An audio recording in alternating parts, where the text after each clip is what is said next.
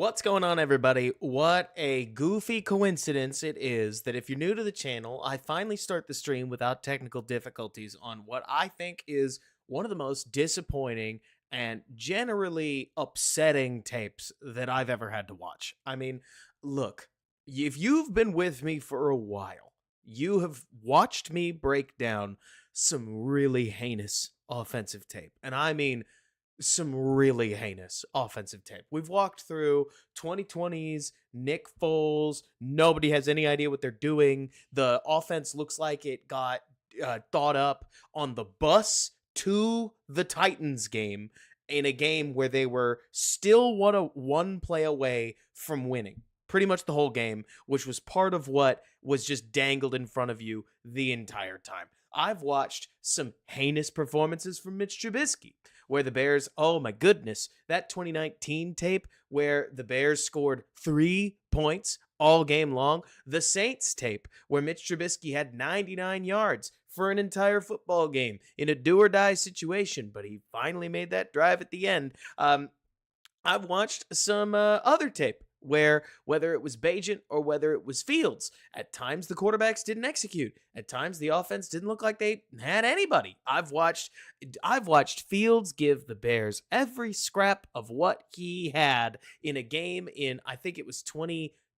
Yeah, it was 2022 against the Green Bay Packers, only for Equanimeous St. Brown to take one of the first NFL anticipation throws of his life and stuck it right back in his face. It was awful. I've watched some awful tape. And the worst part is I haven't even gotten to watch much good tape until the Packers come to town. This is life as a Bears fan. And I have to open up with this. And I don't think you guys have ever seen me do this on stream, but I need liquid courage to get through this one. This brand of cider. They released like a Hatch Green chili cider, and every time I open it, every time it overflows, which is just the worst, and it so fits this game. It's because this game is a mess. I'm gonna tell you what you're gonna watch. Okay. I'm gonna tell you what you're gonna watch. You're gonna watch a first half performance where everybody lets down a rookie quarterback. Pretty much. I hate to say that that's the story, but that's kind of the story, right? Then you're going to watch a third quarter and on where the young quarterback in his first road start kind of loses himself. And as he does, the offense sort of falls apart. And then the worst part is everybody just kind of falls apart around him. And it's really, really disappointing tape. Not because I'm disappointed in Caleb. If I could be really direct with you guys, Spectre and anybody else who was in the chat early, I want to make it so clear.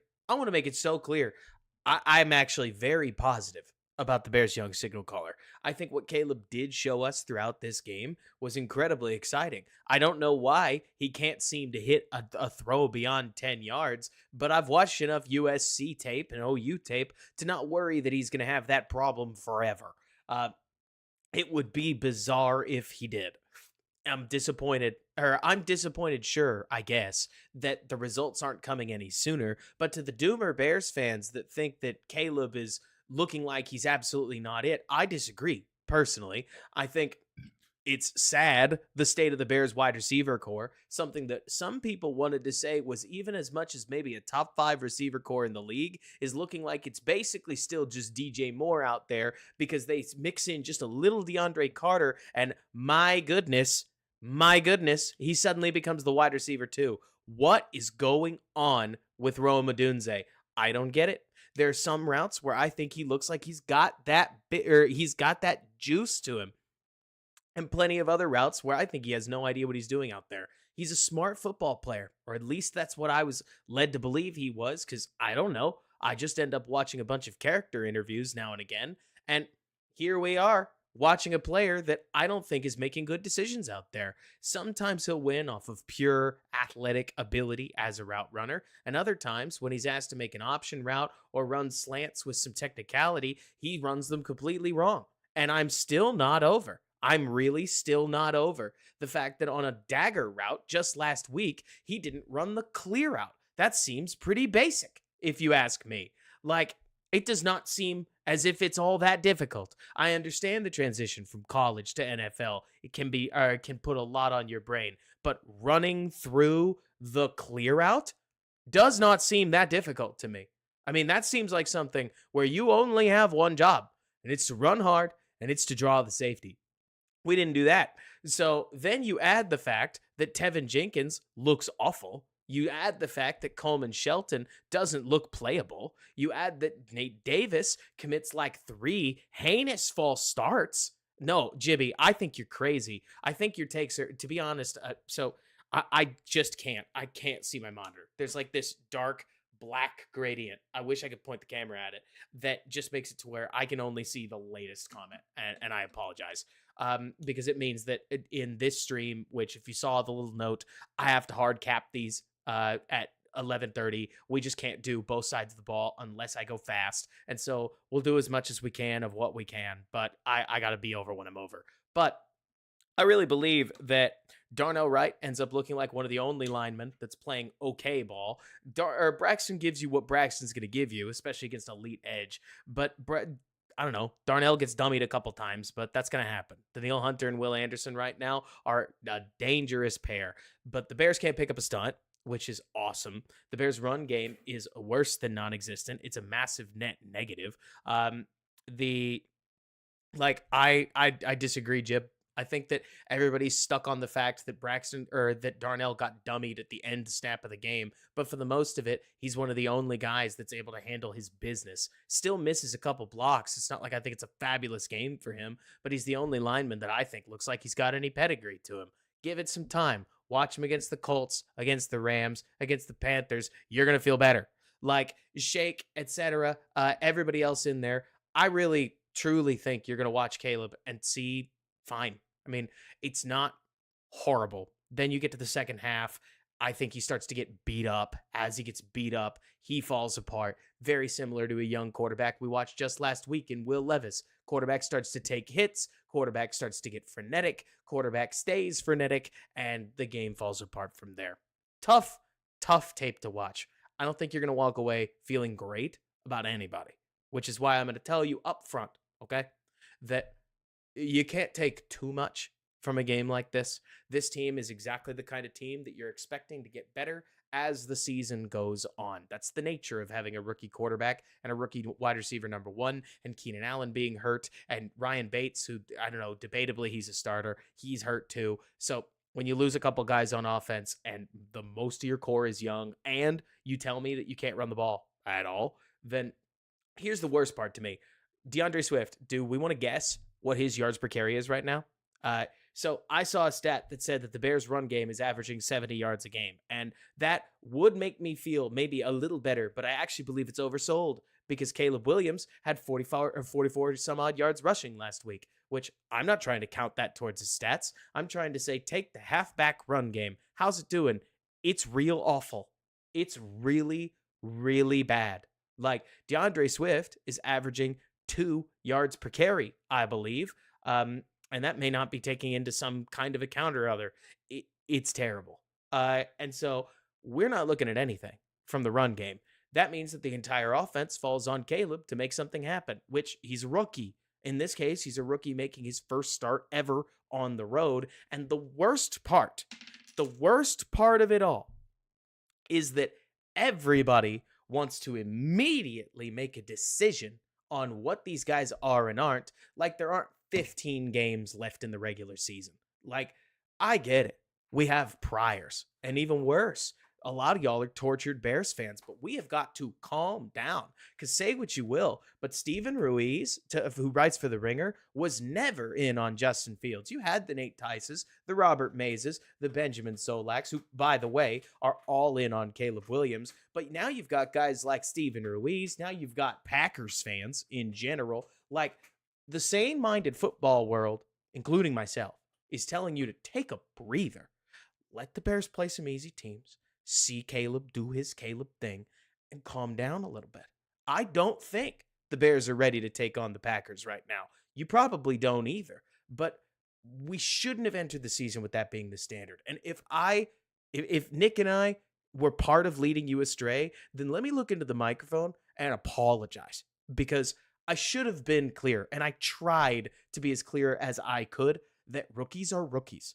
I got caught up in the hype too, thinking that maybe the wide receivers would be so good that that the Bears would be able to push for statistical success. But I it's not what we're looking at here. Right now, Caleb's got what? 280 yards in 2 games. Fairly rookie performances so far, but I don't know. It's this kind of thing where it's like, what? Am I really going to try to trot it out as successful that he's better than Bo Nix? Because that's not been the standard. It isn't the standard. That's not what we want. But Trevor Lawrence was 3-13 as a rookie. So while QB wins and losses are definitely not everything, a gross offensive day ends up, I don't know, 40-40, right? You spread the blame out. You look at it, you say, well, the offensive line isn't picking anything up. The ground game is doing nobody any favors.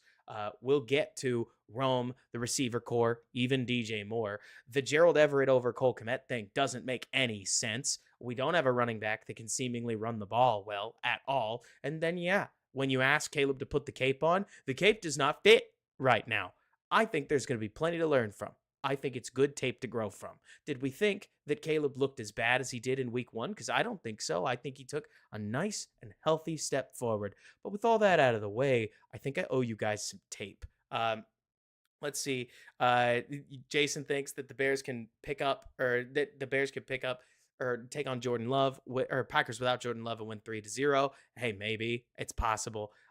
So Gates 11 worries about whether Bill Belichick is right or whether Caleb is developing bad habits. The bad habit thing I think is worth worrying about. The Bill Belichick thing, man, I don't know. You got to remember that Bill Belichick pretty much hated any quarterback like Caleb Williams, and Bill tried to draft like 3 more. He ends up with Jimmy Garoppolo, Jacoby Brissett. I guess they're both starters, right? And Mac Jones. So it's not as if it was Brady, and Brady, which is to say that Bill's going to be the guy who wants the Bears to get rid of the ball. I do think it's funny that all kinds of people are trying to make Fields comparisons. Fields didn't crack 150 yards passing, still leads the league, I think, in time to throw. And whereas last year we were looking at one of the highest times to throw in football, this year Caleb is like 17th in time to throw, and he still took 7 sacks in a game. So I, as an analyst, am frankly pretty frustrated with a lot of the reaction that we've seen from this game because everybody wants to lay it at the feet of the quarterback.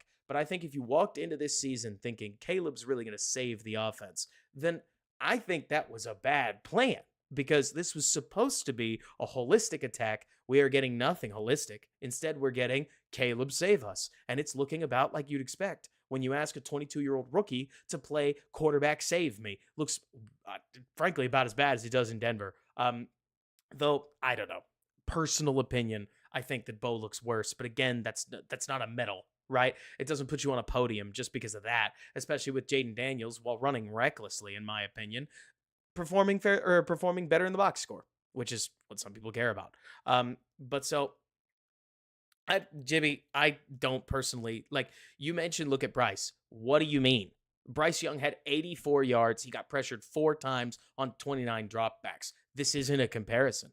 Caleb got pressured with a low time to throw on almost 50% of his dropbacks. There's a stat out there that's wrong. It's closer to 20 some odd on about 30 some odd dropbacks. But Caleb got pressured a ton, got the ball out in general, still has a hilariously low average depth of target, has not thrown well down the field. But I don't know, man. If you're worried about Caleb and you think he's awful, then get off the bus. Find another team. Like, Jimmy, I'm not trying to be... I'm frustrated, to be honest, because you're either in this and you think Caleb's going to be better, or you should just check in your Bears card and find something else to do.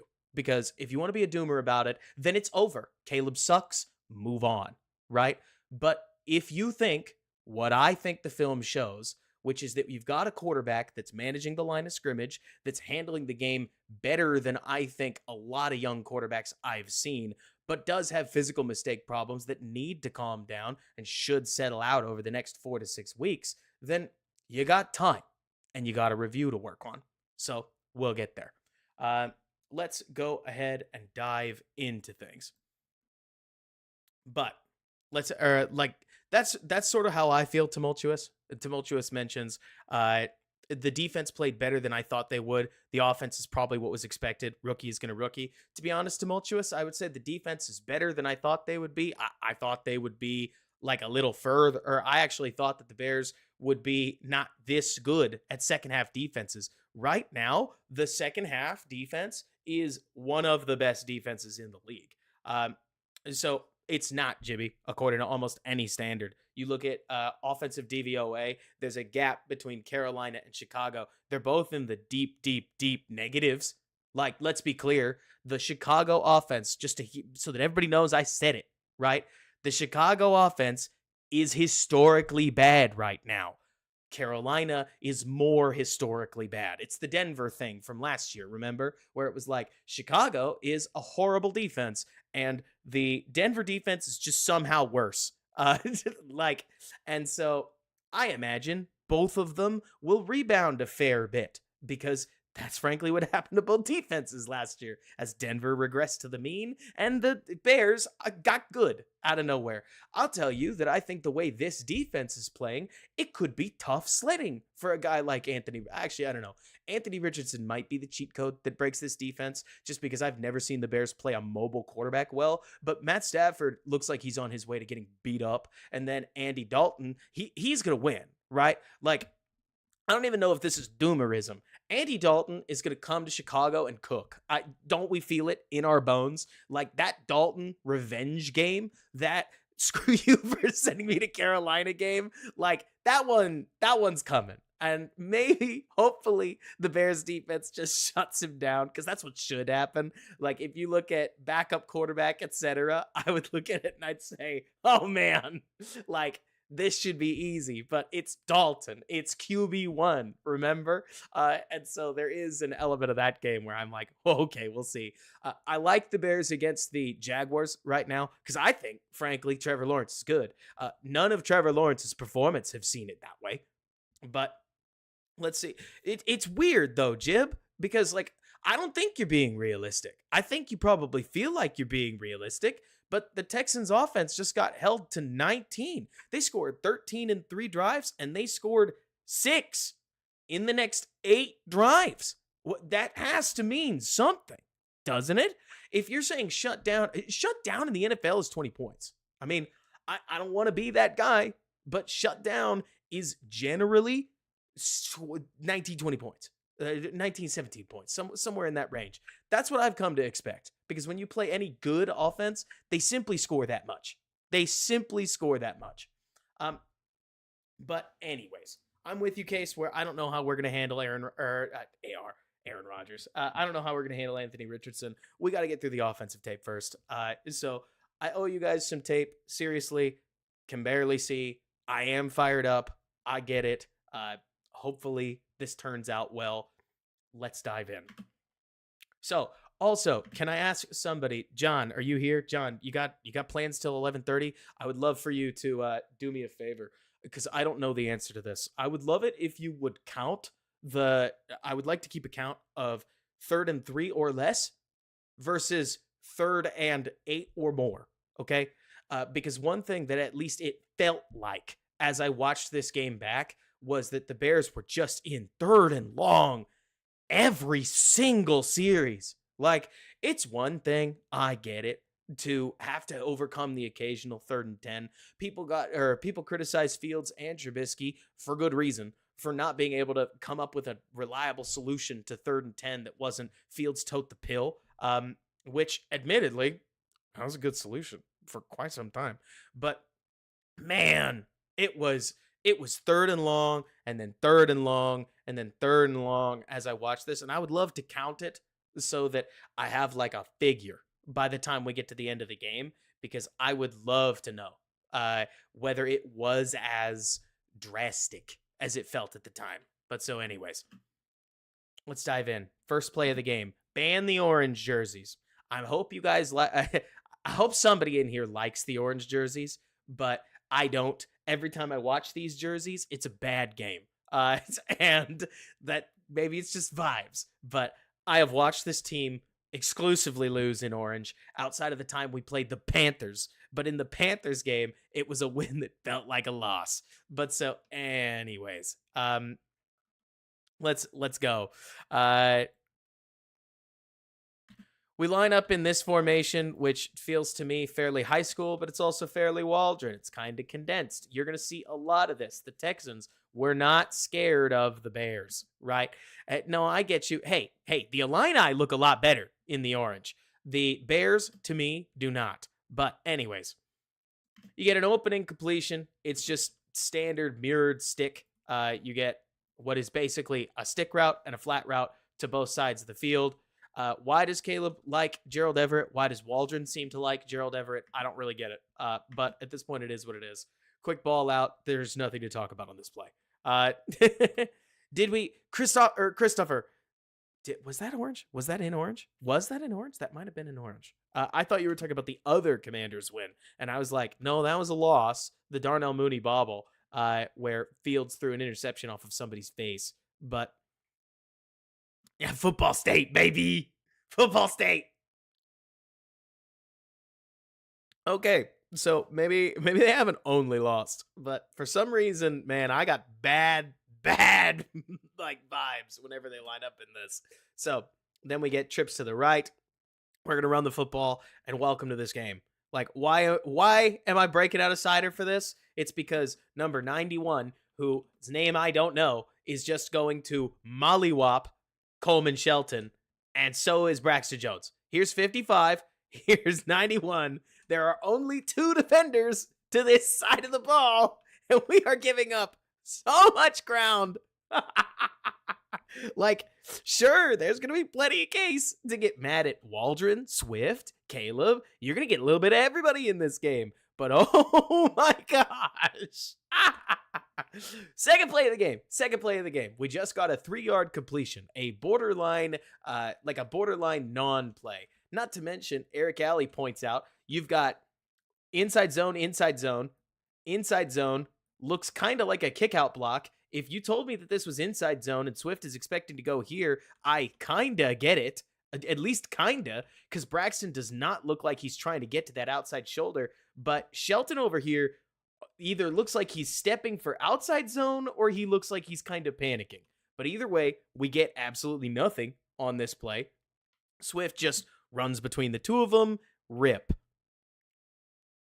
I'll tell you, Case. So Case asks, who's supposed to go up? It looks very clearly to me like Tev's doing what he's supposed to. I would expect this to be a combo block to up there, and then Jones looks like he's converting it, and Swift is supposed to run that way. But there's really nowhere for him to go by the time we get here, so it's just a loss of yards, which drives you crazy, by the way. The Bears' run game so far to start the season has been losses almost as often as they've been meaningful gains. So our first down of the game is a 3rd and 12. Are we kidding? Right? And so when you're starting off with about as long a down as you're going to realistically get. And we see some of this. Look, so if you've been on Twitter pretty much at all, everybody wants to talk about how Caleb is managing things at the line of scrimmage. I think it's neat that he is, but I really don't want to be the guy on YouTube that tries to ham it up and say, whoa, look at him manage the line. I think that's great. I really do. But in this game, especially on the road, the Texans took advantage of the fact that there was a rookie pulling the triggers because some of the checks went pretty well. Some of the checks, especially as things went on, looked pretty bad. But Caleb starts this off with a really nice out to the field. Look, it's not that hard to play as far as running it, but it's a pretty decently hard throw where you got to go bang, deep out. When does Caleb start throwing it? Right there. Is DeAndre Carter turned around? Not at all. So if you want to get excited about anticipation, there it is. Zach, good to see you. Everybody who I did not greet, assume that I greeted you. I did see them all. Everybody's just so mad. The Bears are 1-1. Got a long season. This time last year, Green Bay fans wanted to fire Matt LaFleur. They wanted to fire Matt LaFleur this time last year. They end up being a game away from playing to go to the Super Bowl. Like, they're 1-1. They just took on a team that people think is going to the Super Bowl. And I get it. Debo, I did skip greeting completely. Look, nobody's playing well. it's not surprising that nobody's playing well. Here, Coleman Shelton immediately loses track of a stunt that does not matter on this play, but you just see it. And I mean, God, foreshadowing, right? The author isn't going to be the author isn't going to write it better than Coleman Shelton picking himself on a stunt that 97 works his own way. And thank you, Tyler. I really try for what it's worth, because I want to be the voice that would have talked to me when I was younger, to be honest. Like, I've done all this learning. Here's Caleb pointing out the mic. There's Houston checking into something else. And they get to a check. Caleb's calm in the pocket. Rocket throw right where it needs to be. Hooray. Picked it up. Then we get another one. It's the same play as earlier. Why are they running the same play? I don't really know. Why is this our one idea? Do we really think they're just going to sit in cover 4? That must be what the Bears think, actually. That they ran cover 4 on 50% of snaps against Indianapolis. So the Bears probably think that this guy's just going to trigger back and they're going to get a free ball to the flat. And, well, I guess they kind of do, because Carter snaps this tackle, gets upfield, and creates a first down, which that works. And Travis, yeah, you remember asking about Waldron, and I think Waldron is, I don't know, it's weird, right? So, and not to get too sidetracked, but everybody's talking about how Waldron sucks, right? And here's my biggest problem. The 15 to 18 best offensive coordinators are either head coaches or they're already on a team. You can't hire Bobby Slowick, right? That's not an option. You can't hire. Frankly, trying to think of offensive coordinators that we like we, the league, that aren't already head coaches. Ben Johnson. I mean, is that the only other one? Right. But so then you end up with Matt LaFleur, Kyle Shanahan, Sean McVay, Mike McDaniel, Dave Canellis is good. Steven Stefanski is good. Like, you go down the list. Frankly, Brian Daboll. And Marcus, you mentioned Clint Kubiak. Absolutely. The guy had never been an offensive coordinator. I believe he was a passing game coordinator. So if Clint Kubiak had been hired in Chicago, people would have freaked out.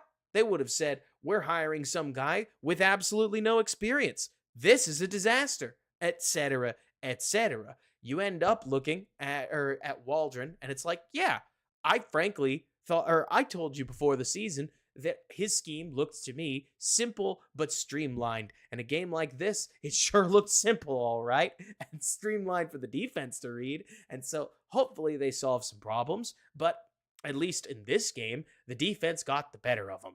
Snap in, snap out. But we'll see. Let's see. Somebody mentioned, that's why I hate. Yeah, Slim Jim, it does gonna feel that way, right? But so where the Bears are in a bind where you end up having to hire the market's best offensive coordinator. Chi-Town Menace says, why make Morgan their run coordinator also? Somebody likes him. Somebody thinks Chris Morgan's the bee's knees, because their usage of Chris Morgan is, to me, the usage of Chris Morgan. Come on. I think Chris Morgan's offensive lines are just quite poor and have been so far. So here we get the second run play of the game. It's on 1st and 10. Let's just go ahead and cut to the behind camera. And we see that we're running a form of duo, which, I got no problem with duo. Why not?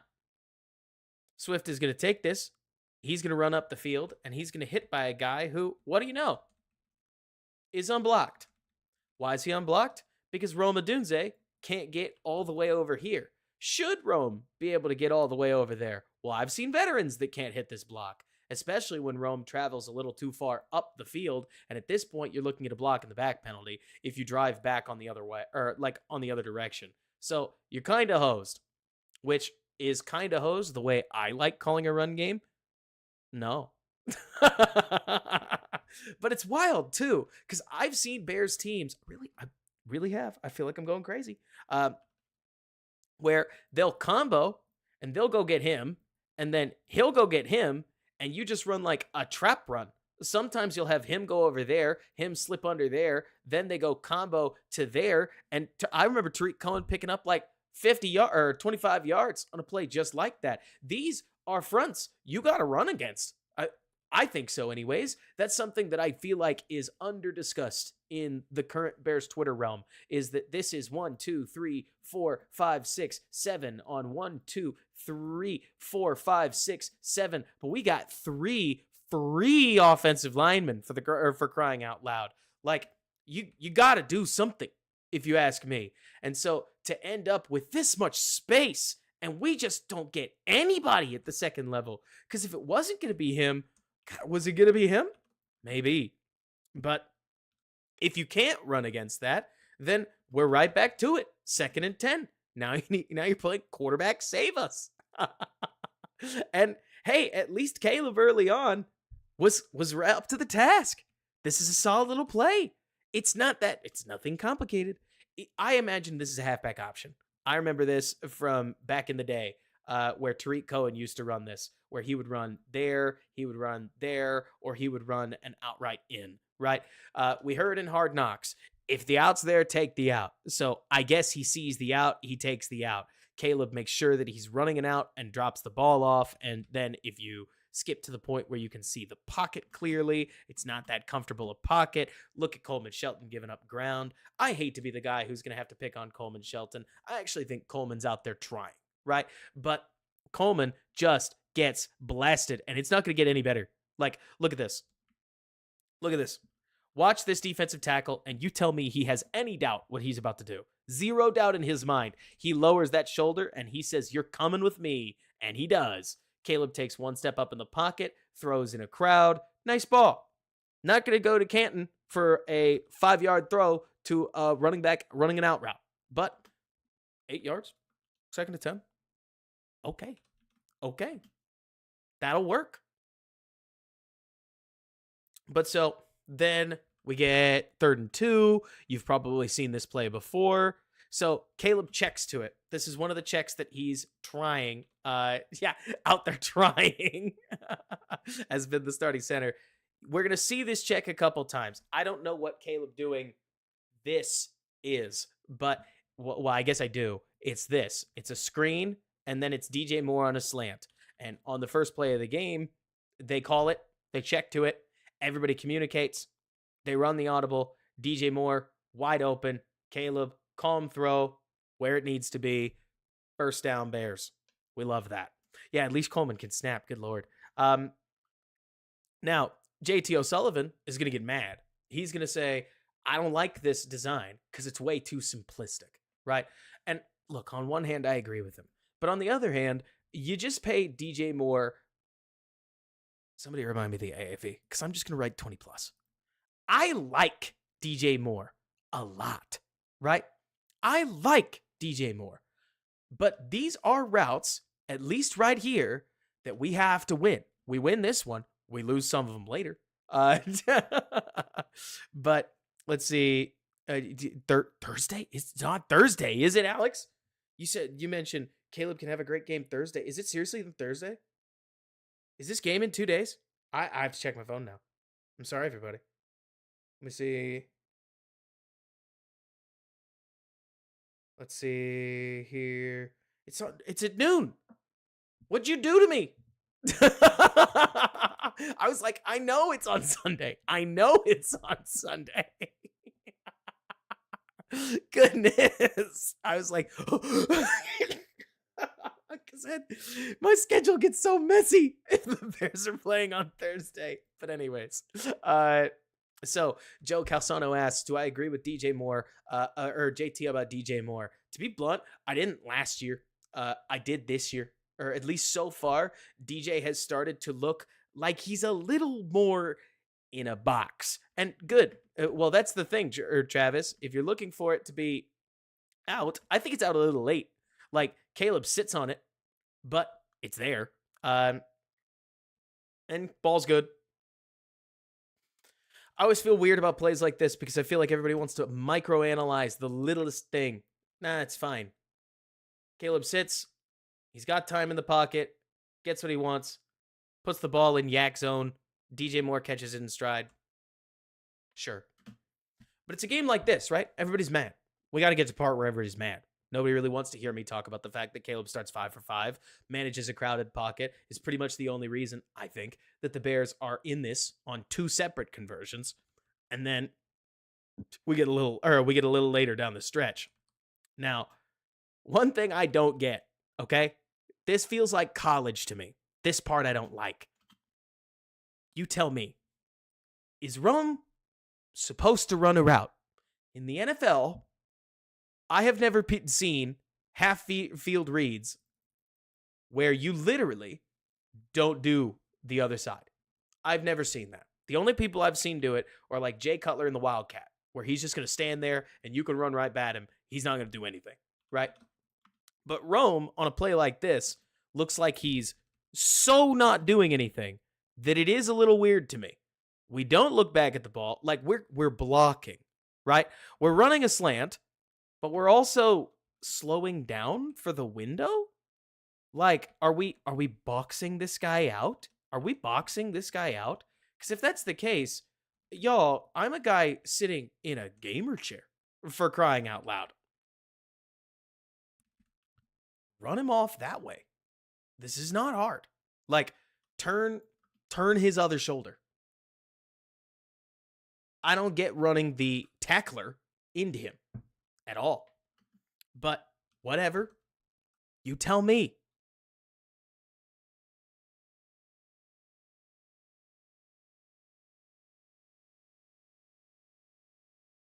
At least the protection's solid on this one. Bears run play action, and for pretty much the only time this whole game, the linebackers bite on it.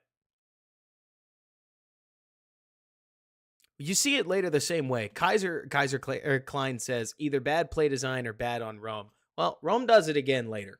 So I assume that it must be the design. But it bothers me. Because that just doesn't... When JT O'Sullivan says, yeah, but what do you do if it's not there? Well, I would hope that Rome's doing something. But on a play like that, he's not doing anything. Or at least it doesn't feel like it. And if his job is to run a slant, then run a slant. If his job is to box his guy out so that DJ can get the ball, okay, I've never seen that before. I've never seen Matt Nagy call it. I've never seen Luke Getsy call it. I've never seen Bill Lazor call it. I've just not seen it called. So maybe Waldron's, on a brave new frontier. Now, a lot of people have gone after this play because they look at the guards and they say, what are these guys doing? Right? Well, frankly, I think it's a little on the obvious, or I don't want to say it's too obvious, and yet it is. This is just outside zone. Swift is going rogue. Like Slim Jim, that's quarterback school, and I think quarterback school is a great resource for anybody who's looking to learn things. His Patreon breakdowns are awesome. I'm going to support the channel day in and day out. But let me see. Why Swift doesn't just assault the other side, I don't get. Yeah, no, I hear you, Steve. I'm more saying that I've watched a lot of offenses. Like, I could name the other ones. But Swift goes pretty much rogue, and Davis and Jenkins are both tracking this way. And by golly, if we get around him, we might actually have something. Now, can we get around him? I have not coached running backs. I don't know. I have no idea. But at least Braxton gets on the correct side. Like, if you got to take this the longer way so that you can get there, well, at least you're kind of getting there. Now, let's take a look at the wider angle, because I do kind of want to know about the space in this case. And I'm with you, Drex, but you got to remember that these guys don't play with rearview mirrors in the sides of their helmets, right? They're tracking this way. They're expecting defenders to come to them. They got to go to the space where they are going. Man, we got a decent run out here. Look at this. Look at this. We have a decent run if we hit the pedal and go. Like, somebody's wrong. But I'll tell you, I actually like this. If Swift just takes the hard step outside and go. Hey, I'm gonna say it. This is a joke. This is becoming my channel inside joke. I don't mean this, okay? Because normally you'd hand this to Herbert. But give Valus this ball. You give Valus that ball and he'll fumble when he gets to the sidelines, but at least he'll get to like the 20. So again, that's the inside joke I'm gonna run with pretty much all season. Strap in for that one. Because until I see a better running back than Valus Jones on the roster, I'm gonna be pretty sad about it. Oh yeah, Damo. He does not like what he sees. And hey, let's give these guys some flowers. These edge rushers, nightmares. Like, they played great games. Also, Jordan, hope you're doing well. Vikings look awesome. Like, the Brian Flores is chef's kiss coaching wise. Kevin O'Connell's getting enough out of the offense. Certainly they pieced up a nasty Giants team and got what they needed to against the Niners. It was a great thing. Like, that was a great game. If you're a Vikings fan, that was a great game. And worse had to be leaving the Bears fan base and watching the Bears fan base continue to Bears. Like, such a wretched game. Like, that. The worst part is this game, the feeling, I'm sure you guys felt this way. There's no way you guys didn't feel this way. Even watching this tape, I bet you feel this way. This game reeked of, I've watched this game too often. Like, this game just reeked. You've watched it before, right? Whether it was young quarterback or whether it was veteran quarterback or whether it was bleh, like whatever, it doesn't matter. No receivers, good receivers, same receivers, bad receivers, running backs that are good, running backs that are UDFAs. You've watched this game so many times.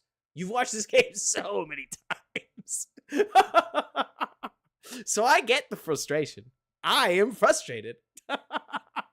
But we gotta watch it.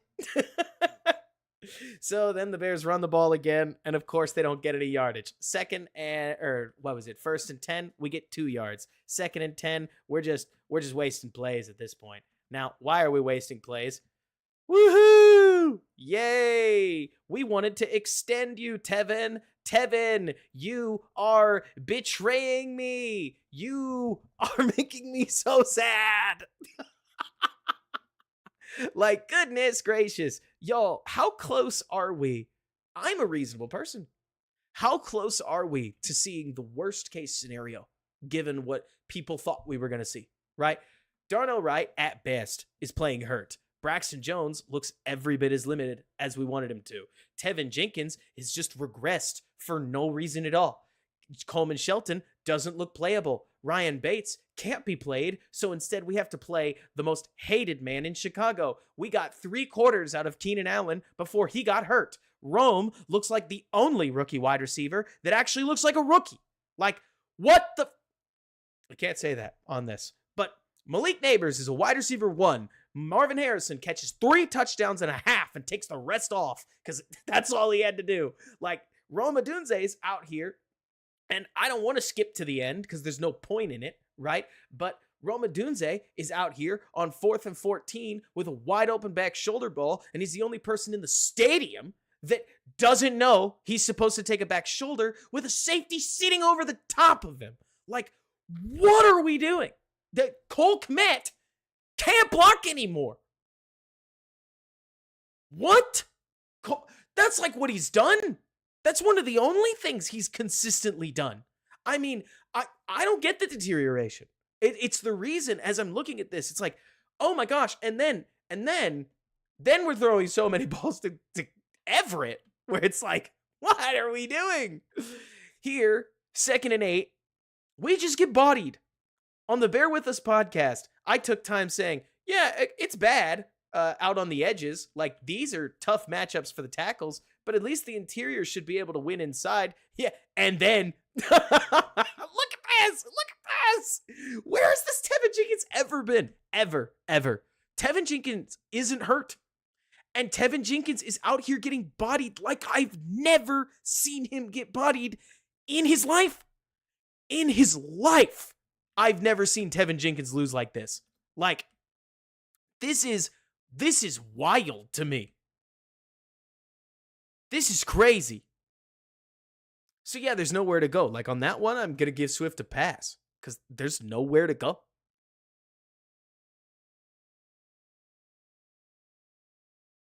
Third and 9. Let's see. Uh, somebody mentioned who is that he's even blocking. Hey, you can find out for me. Third and 9. We take this sack. Don't we love it? Bang. The first huge hit of the day. Love it.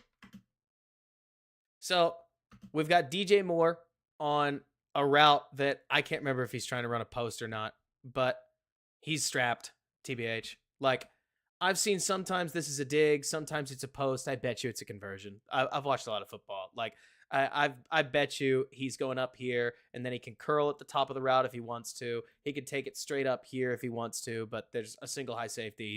He's just doing that, right? And just as he watches out, Otter, I got you. Yeah, it's wild, man. Otter, I'll tell you what. So first of all, thank you. I appreciate you. I like the Lions. I feel for Detroit. I want you to know, Otter, that I want Detroit to be as successful as they can without inhibiting Chicago. Just strap in, because I hope this works. I really worry that we're seeing Goff, who got his money, et cetera, et cetera. But I don't know. There's more to it than that. I'm mad right now. But so Caleb is doing exactly what Jibby wanted him to do.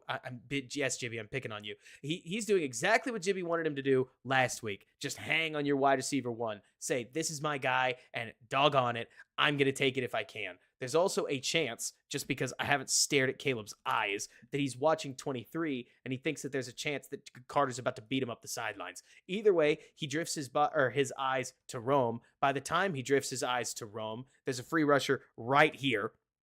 So he tries to get out of it, manages to do so, and in that time, Will Anderson has beaten us. Rip us. Rome does get open, and thank goodness for that. Rome runs a solid little route. I love that Allen Robinson separation, all 1 yard of it. Yes, I'm upset. But we're looking at a combination on this side of the field with a streaker against cover one and our wide receiver one. So I don't blame Caleb, who's still a rookie. I'm not expecting him to go all the way to 3 just yet. And he runs out of time. Huge sack. Thank goodness for Cairo Santos. You can't take these at this side or at this part of the field. Would have loved it if somebody won for him. But also, this is the natural consequence of 3rd and 9. You only have so many of these plays in the playbook. And I would have loved it if we got to the backside dig. But frankly, if Tyler Scott gets on top of this guy, and I'm not saying that Carter's slow. Carter's one of the only receivers that caught like 4 passes plus.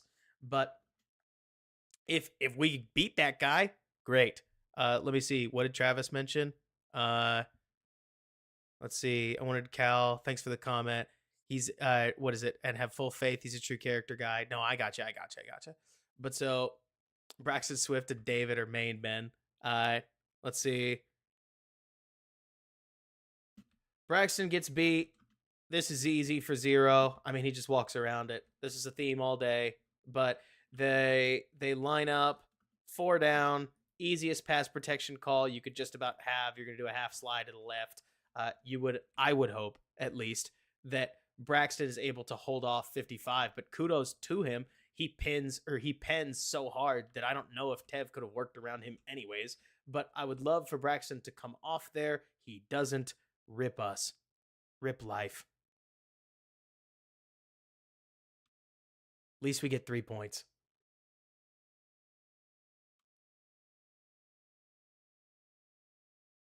Yep.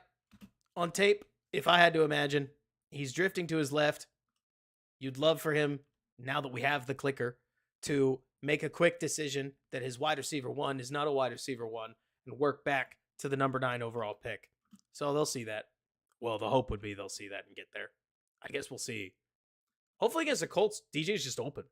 Wouldn't that be nice? Next play. We go jet pass to DJ Moore, and we get nothing.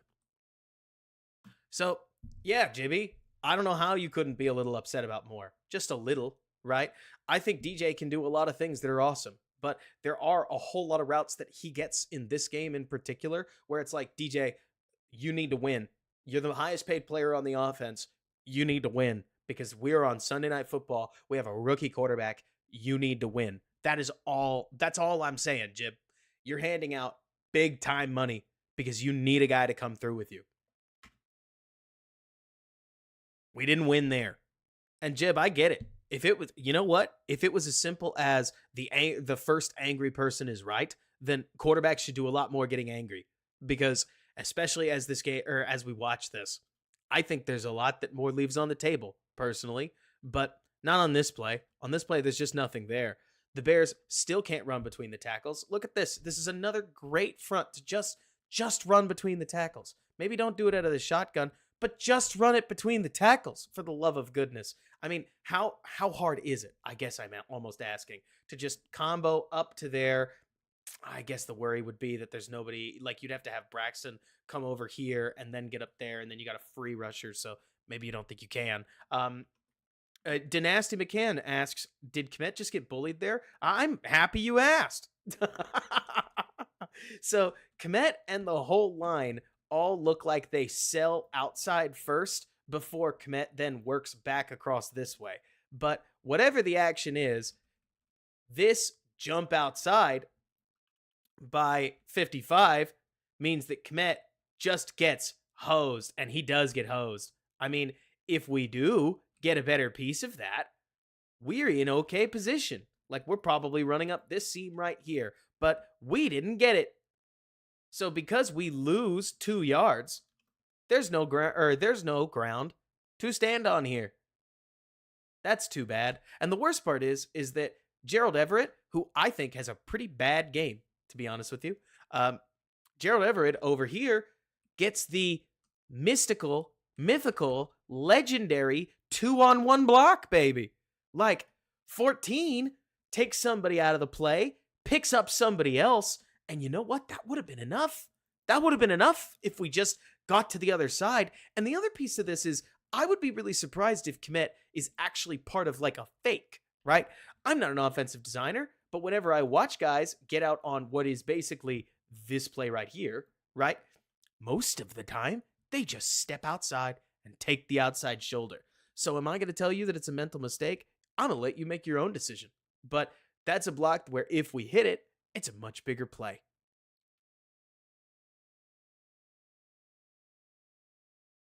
Second and 10. Vaughn, you're telling me. Man, Otter, you're telling me.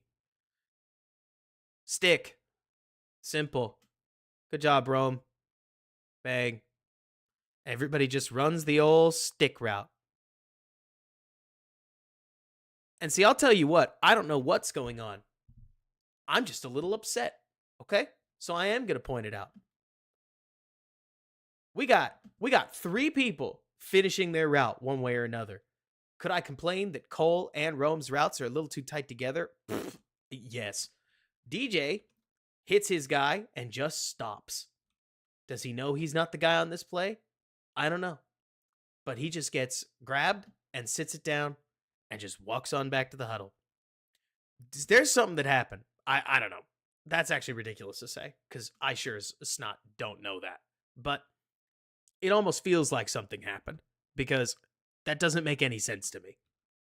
I don't feel like DJ did do this last year. Maybe he's pissed about losing Fields. And if he is pissed about losing Fields, he'd be a pretty meatbally Twitter football fan. And I also think he's wrong, for what it's worth, because I don't think keeping Fields has almost any of this any better. At least maybe it would be slightly better in week 2, but the ceiling on it is way lower. At least running a passing offense, for crying out loud. A lot of it's not working, but then you run these nakeds like this, and it's even worse. So here we are looking at a 3rd and 4. They run a naked keeper. They're trying to get Kmet out here, run him off, and then pull 2 guys across on the over route right here. And 51 just runs straight down the pipe. Zero concern about the run fake at all. I could not tell you what the plan is. I could not tell you what the plan is supposed to be. Because if the answer is try to find some way to dump it to Kmet, man, that's That's a big ask. I guess you got to play faster, but maybe if this was me, all I'd do is take away the dumb sprint out step because I don't get this part. But I've never really been a big fan of sprint outs, if I can be blunt with you. Like, I would rather do this fake and then circle around back here because your line is flowing this way. At least that makes more sense to me, but I really wouldn't know. This is where not being an offensive coach hurts me as somebody trying to talk about things because, at least in my case, I've always looked at this and thought leaving this guy unblocked just seems like a bad plan. And would you believe it? It is. Doesn't help anything that their coverage unit is pretty good. Like, look at this. Bang.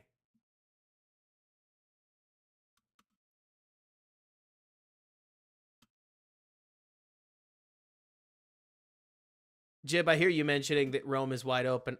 I think it's pretty tough with 98 standing there. I think if you tried to throw that, you're either going to get batted or worse, he's going to catch the ball.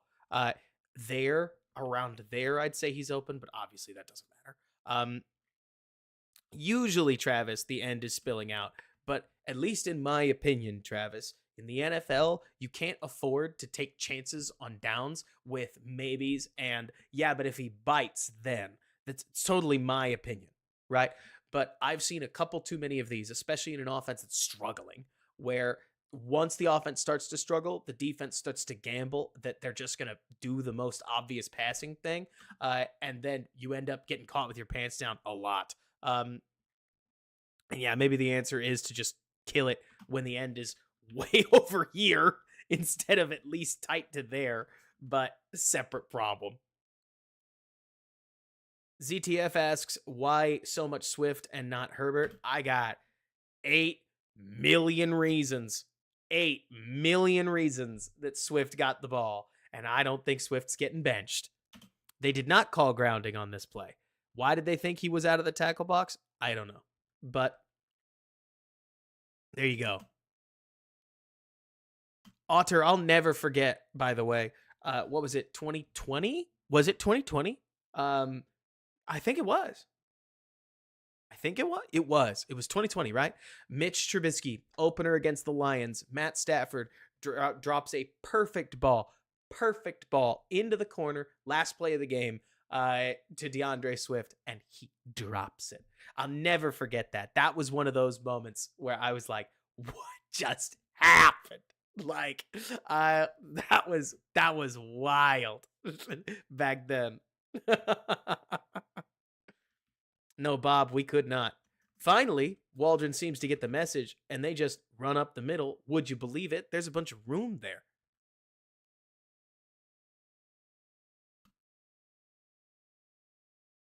Look at this. It's the running front that I've pointed out. And look, we even get a great set of blocks over here on the right-hand side. Bang. And then they're even going to work up. You get a true 2-on-2 set of blocks? Yes, sir. More of that. Why are we doing so much running outside, for crying out loud?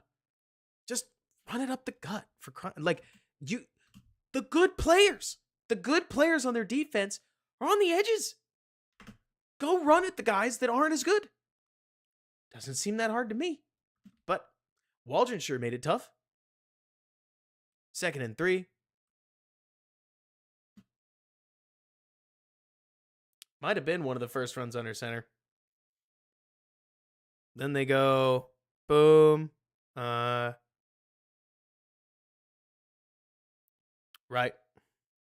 I did catch that.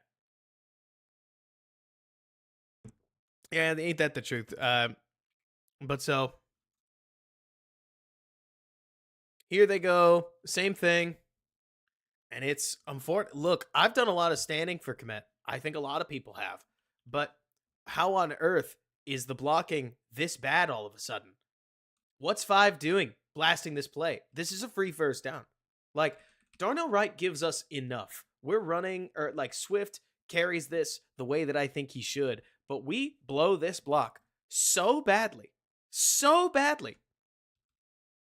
that there's just nothing to do other than to eat some contact and fall forwards.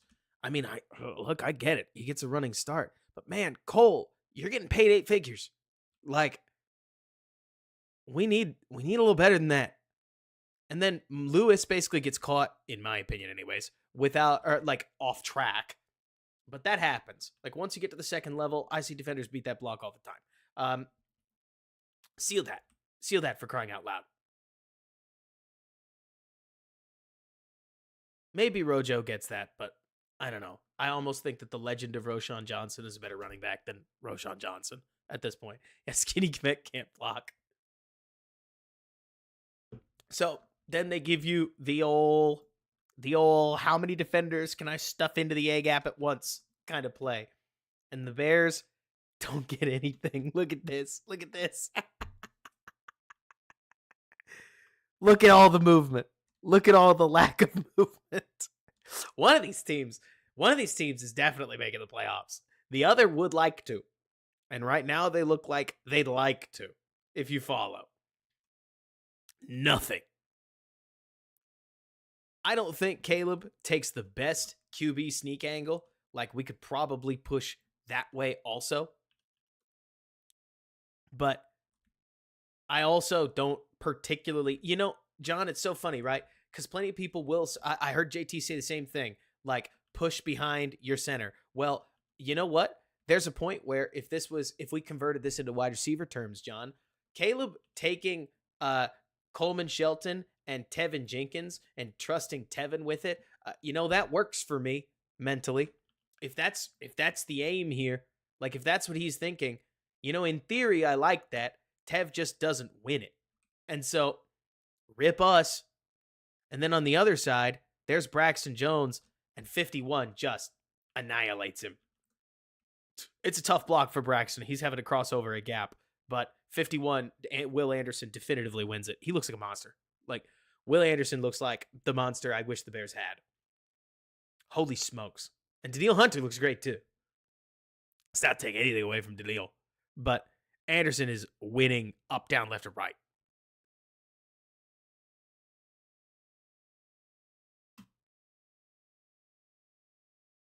And it's funny, Case, because Case mentions Keenan Allen 4th-round pick.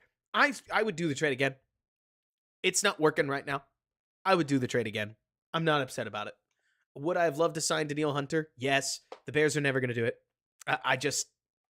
I have no confidence that they're ever going to shell out that kind of money for a defensive lineman. Not without trading for him first. Why? I don't know. I have no idea. But I'm completely... I'm just expecting it at this point, to be honest with you. Where the Bears are going to have to draft and develop, or they're going to have to trade for a guy, because apparently they can't get anybody to come to Chicago unless they pay them gobs of money or trade for them first. So why? I don't know. That's just what it feels like we're looking at right now.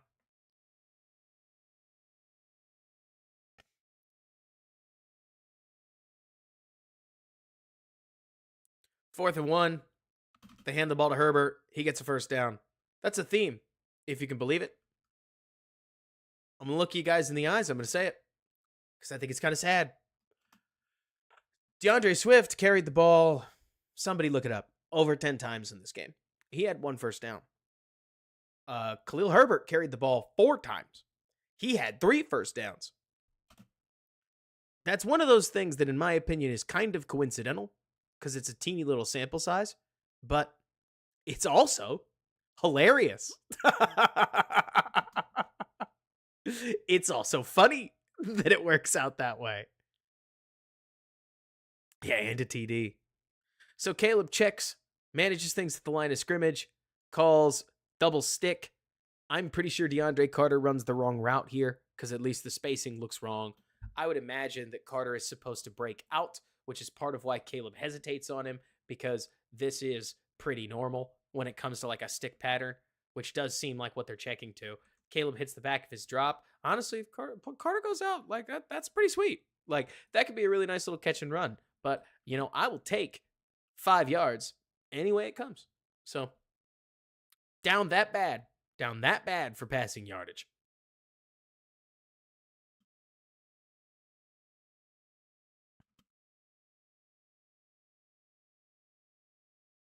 Just spins around and makes it work.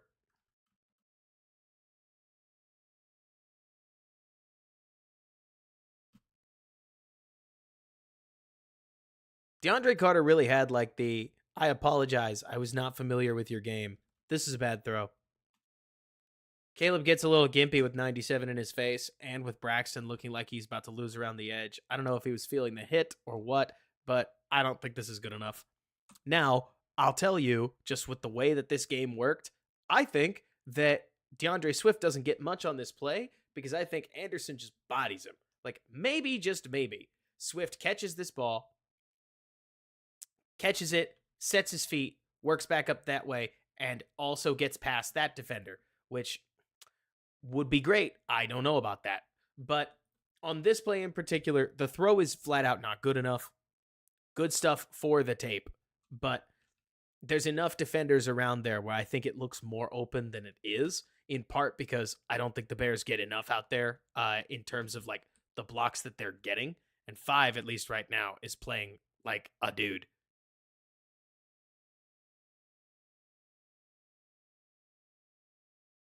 Here's a better look at it. Caleb gets to the back of the pocket, sees all kinds of bodies, and it's that fadeaway shot, which you hope does not become a habit. But this game, especially late, did not give him reason to make it not a habit, which is less than fun. 3rd and 5. Very normal, fairly manageable down. Well, it was.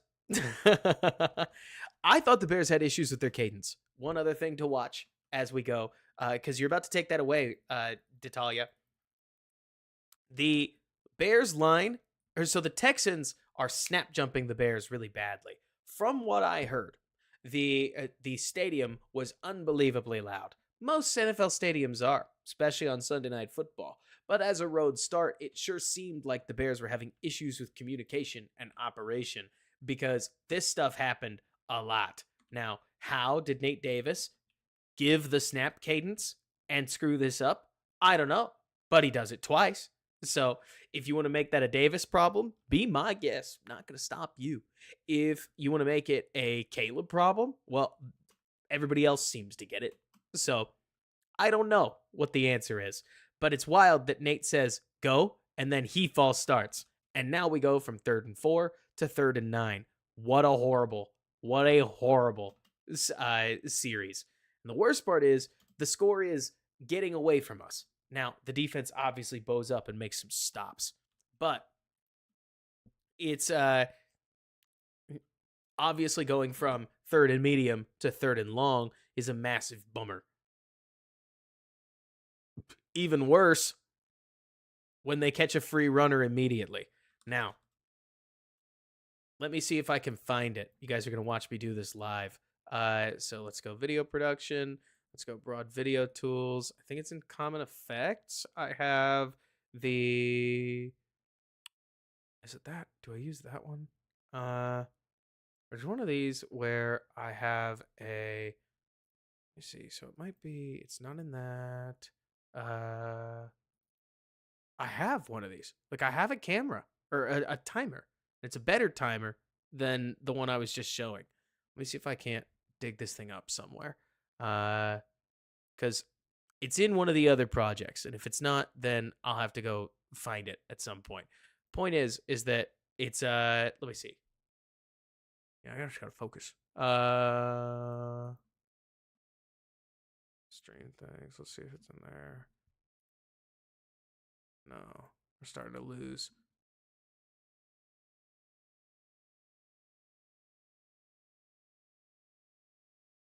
Math is not what I'm aiming at.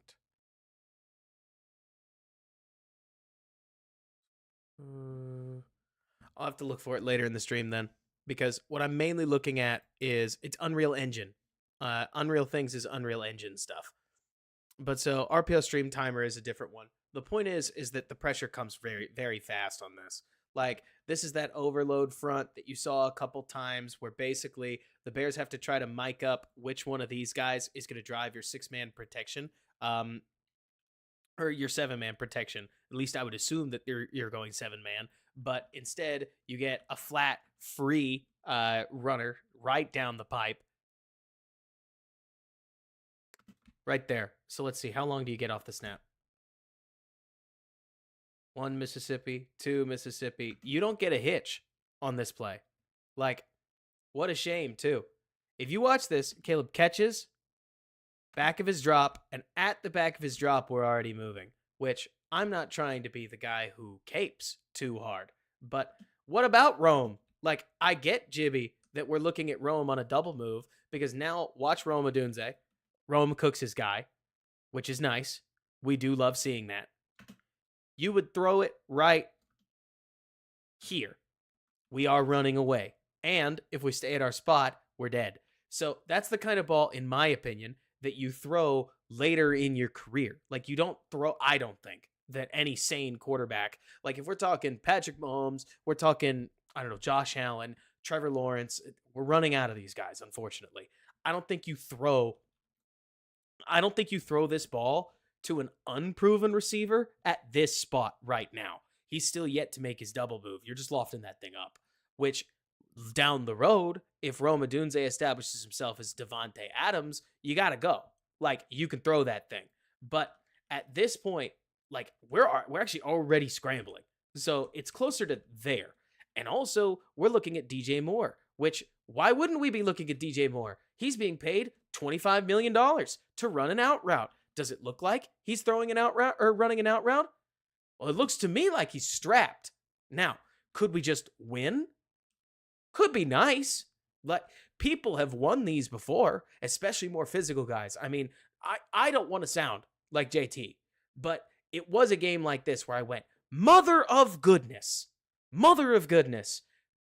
If he's 6'4" and he's running the same speed, he probably presses through the guy. And I'm with you, Jib, where it's like, Stingley's really good.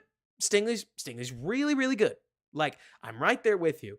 But also, if we're saying that Moore is really good against every corner except some of the best corners in the game, then what are we saying? But I don't care. Wide receiver 1, good weapon, same difference to me. Can I be honest? This whole argument about is Moore a wide receiver 1 or not, I don't care. Like, for me, the aim here would be get receivers that are good at football. And Moore is definitively good at football. I'm not frustrated the Bears paid him. I would like a little more on a play like this, but I'll tell you what, if we get to the later end of the season, well, unfortunately, yeah, it's funny, Jibby, because you mentioned Pat Surtain. Every time I watch a Broncos game, Pat Surtain's giving up a lot of yards. Like, I get it. I know he's good. I've watched him. He's very good. But the way Vance Joseph likes to play him, George Pickens picked up like 6 yards of separation on an out route in the game just the other day. It is weird watching that Broncos defense because teams are unflinchingly targeting Pat Surtain in some of these zones. And I know he's better than that. I think it's a defensive coordination problem, but I feel like I watch it all the time. All the time. But so anyways, maybe it is just Fields has his numbers. But so I agree with you, DeShawnee, that it's more about how you use him. But I'll tell you, if Rome Odunze, for as much as you're going to hear me complain about Caleb and Rome throughout this stream, if Rome Odunze by week 10, if Rome Odunze by this time next year has become the Bears wide receiver 1, that's good. That's good. Like, that works. That's good. That's healthy, right? I think the goal would be for Rome to eventually be that guy that you're targeting on this. You drafted him 9th overall. But anyways, there's nothing here. I would love for Caleb to throw it away.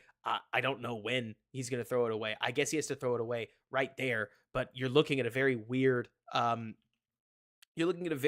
throwaway that could easily be grounding. Caleb looks like he considers throwing it either to Rome or away. I don't know, but he decides, I'm that dude.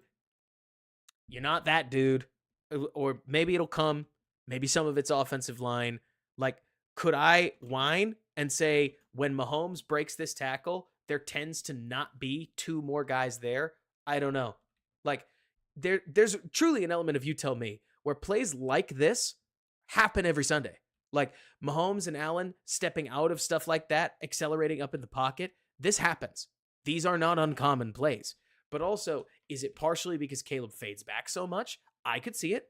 Like, I could see that maybe the answer is you have to go hard left that way. Maybe there's more of a balance to this than just running backwards, because Braxton and Tev just get washed. And there's nothing you can do about when the defender gets behind you and the quarterback's in his path. But that's the thing. Like, I'm not trying to make the Mahomes Allen comparison too strong. It's more that I've seen a lot of people say, well, Caleb has to stop acting like he's in college. And I've watched a lot of guys that still act like they're in college, and we like them. We think they're sick for what they do when they act like they're still in college, but their offensive lines are generally up to the task. So Bears lose yards. They got a punt. Rough one. Where were they on the field? They were in punting distance anyways, I guess. So we take a false start. Let me go back a little further, because I think, if memory serves, yeah, we go from 3rd and 4 to 3rd and 9. We call a deeper pass play. We take a sack. 5-yard penalty equates to an almost 15-yard loss that we'd love for our quarterback to not give up, but it's a loss all the same. Play action, want to throw it deep, nobody's there.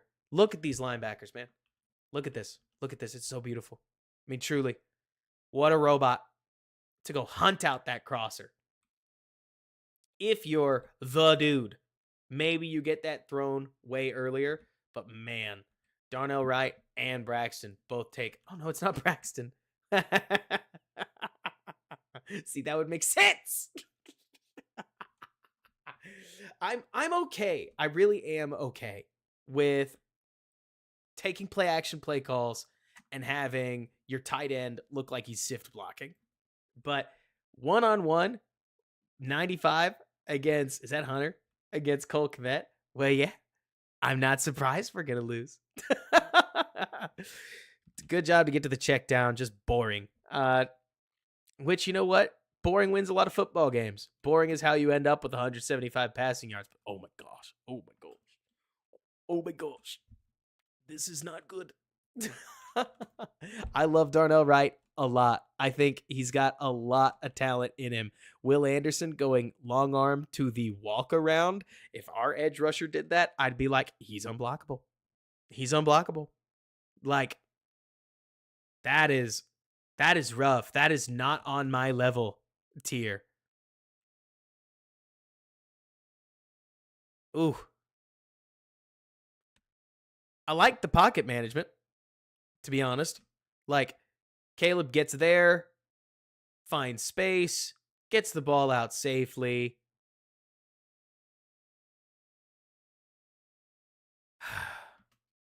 Is it too much to ask that we try to get around the guy? I know you're not going to get anything. Am I asking for too much? Because sometimes I see the thing where the running back just decides, well, what if I just dive at him? And I'm like, what's to be gained? I don't get it. But whatever. Then we run this play. Hurrah. What is Swift doing? I don't know. Now you may be wondering, what are you talking about? What is Swift doing? It's an inside run. And that's the problem. No, it isn't. Watch this again. Down block, double block, down block. Or bluff blocks, actually. The tight ends go up to the second level. Here comes Tevin Jenkins pulling. This is a gap run. And it's actually set up okay. I mean, I think Tev could get a better piece of Will Anderson here. But you just squeeze through that hole right there, which looks bigger there. You're going to have to fight through some contact. You're going to have to fight through some contact. But you're a running back in the NFL. And you got an alley where at least you could get something. And if not, you want to work off the back of Mercedes Lewis? Okay, we think we got a block out there. Or you could run to nobody and get hit by the first guy you see. There's an option too. 3rd and 3.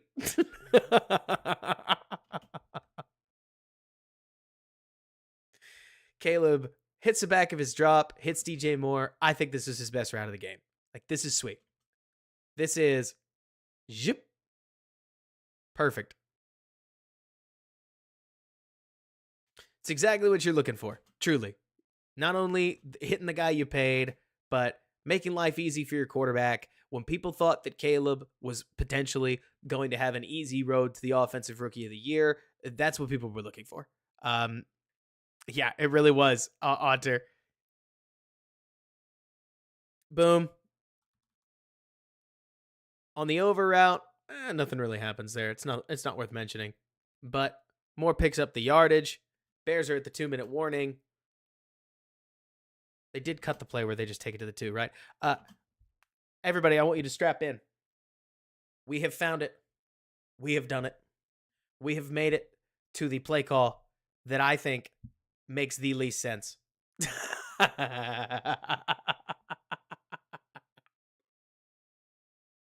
Bears go quads. They set up a 2-type play, or what is it, a 2-look play, where they're going to have DeAndre Swift look like you could fake a screen and then dump the ball over here. I don't mind quads. Like, I think quads can lead to doing some interesting things. But here's the problem. Matt says he hates this formation. Why does he hate this formation? I'll tell you why. Because whenever the Bears do anything that's non-standard or unique, generally they screw it up. And in this case, why do they make it, or why do they screw it up? Who do you think they're calling the screen for? I'll give you some time to sit with that one. They call the screen. Come on. For Gerald Everett, who catches the ball with some okay space. But we can't block right here. And on top of that, we got no juice. So we just don't get any yards. Why? Why do this? What is the point of having a 2-receiver, 1 tight end set, and you're going to have the biggest guy tote the pill? Like, I vaguely get it. But why? Like, let Everett come across Carter. And this is already better. Like, that's it. All you have to do is just have Everett come across, and then Rome takes the same block he's got, and then have Carter step back and punt return to your left. I'm not trying to play backseat offensive coordinator, but what did you think was going to happen? The linebackers pick him up. I mean, this is not speed. This is bad. This is not winning football, at the very least.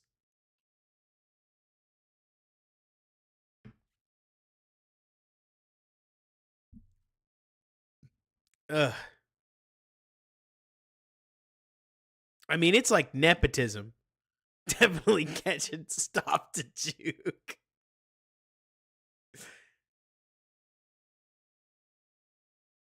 Goodness. There's actually some space over here, too.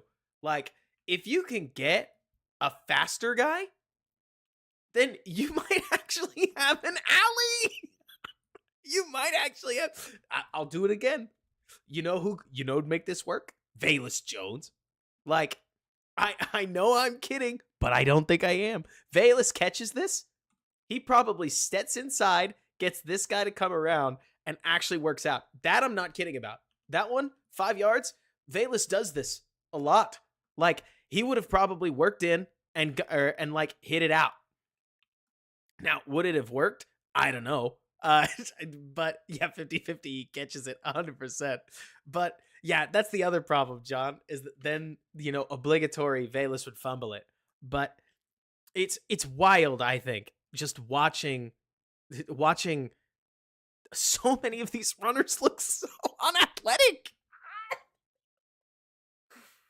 Why do the Bears look so unathletic? 2 games through the Titans, through the Titans game and the Texans game, the Bears look like they are just not on the other guy's level. Like, I'm not shocked This offense lost almost every day in practice at this point because, yeah, the defense can play. The offense, it is struggling. So here we get double stick again. Awesome. Stick, settle, stick. Looks like stick. If I had to guess, JT thought this too. I'm citing that so that it doesn't look like I'm plagiarizing him. It looks to me, because they've called double stick so many times, like DJ Moore converts this, which I'm all about the conversion. I'm not surprised that your quarterback's not on the same page. But so Swift does this for the other time this game. We're on a route that I'm near certain he's supposed to go out. Instead, he just scoops it in, which is weird, but okay. Caleb does, in theory, what you're classically supposed to do and gets the ball to the check down. If you like that, great. If you don't like that, great. I'm not here to litigate. I'm more here to tell you that from what I understand, the 200 club, if we remember that, the Matt Eberflus 200, that's 2 TDs, 0 INTs, and I think it's 0 fumbles. Yeah, I think might be 0 sacks. But so anyways, it sure looks like the 200 club, if you ask me. But so because the safety's over more, yeah, but they're playing cover 4. In theory, if you throw a strike, you can probably like lace that thing in there. But also, I'm not upset. Like, whatever. And that's the other thing, AC. You mentioned that Cole Kmet was open, but you also have to remember that this is a pick aside read. Like, the moment that that Caleb opens to this side of the field, he's not looking over here because it's a mirrored concept. It's a guess, in effect. And he's guessing on his dude, DJ Moore. Do you sense a theme? Cole Kmet's out, roams in. Caleb's looking for Moore on literally almost every play, and Moore doesn't get that many targets. What does that tell you? Like, and that's the other thing, Sir Lord. Like, I'm not upset about it. Like, not throwing that ball doesn't burn me. There are some throws in the third quarter that I think he's flat got to make. But DJ Moore with that kind of leverage, I'm not surprised he picked it. It's just a bummer. But yeah, right now censored so far. The only good news that I got you, or that I've got for you censored, in my opinion, is that so far Caleb hasn't thrown more than one deep ball. I think it's just one. Like, I think it is only one deep ball that he's thrown where he's bothered to set his feet. This thing where he's trying to throw them all on the run it's gnawing at me, but I would be surprised if it's not going to gnaw at Caleb. I mean, the play to Carter that we'll get to, a couple of the plays to DJ, he's got these. He's just got to settle down and throw with a base. Instead, he tries to flick these things with only his upper body, and that's going to make you wildly inaccurate, especially when you've never completed one. So, or at least not at the NFL level. I think that there is an element, for what it's worth, just so we get there, where he missed all of his deep balls over earlier, and now he missed all his deep balls under. So the hope would be that we get him on target in week 3, right? Because that was week 1, that was week 2, and, hopefully that's 3+. But we'll get there. And I'm not going to tell you that you definitely are going to get it, because I don't know. But he does seem like he's kind of zeroing in. Yeah, Travis, welcome to Chicago. Unfortunately, you're looking at a bunch of fans that are exhausted. Like, fans are tired of being sold a bill of goods and then finding out that they got sold like a bag of garbage.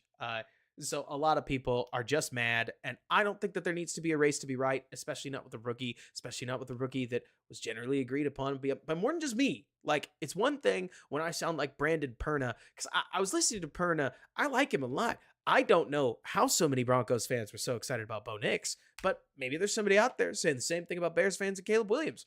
I don't know. I can't help but look back at at this last NFL draft, and I think that Caleb's pocket presence, his ability to feather the ball, what we're seeing with him at the line of scrimmage, this is not only encouraging, but it was either him or it was Drake May. And if it wasn't Caleb or it wasn't Drake May, then you were just screwed. Like you were just screwed. And that was that. Because in my opinion, when it comes to collegiate quarterbacks, yes, you get the Strouds every once in a while that just pop and legit surprise everybody. I guess Herbert's in that same case, but it's hard to find quarterback prospects that are it's anything you can bet on. They're all quicksand. But let's see. Rex mentions a lot of us said with the last quarterback it was O-line as much as quarterback issue. You got to remember, Rex, for what it's worth, that Justin Fields was holding the ball almost 3/4 of a second longer than Caleb is, and they've taken similar sack rates. So at least right now, let me put it this way, Rex. What I am seeing is that the team that you thought Fields was playing with, Caleb is actually playing with, which that is something that you might hear and you think is total baloney. But at least against the Texans, that's what it looked like to me, where everybody actually didn't do their job. And then and then Caleb is having to play with whatever they give you. And I know it's the same line, but the time to throw numbers are way lower for Caleb, and he's still getting pressured left, right, and center. That's what I see. Spectre, it does feel weird. I don't get it. Maybe truly it was that everybody was focusing.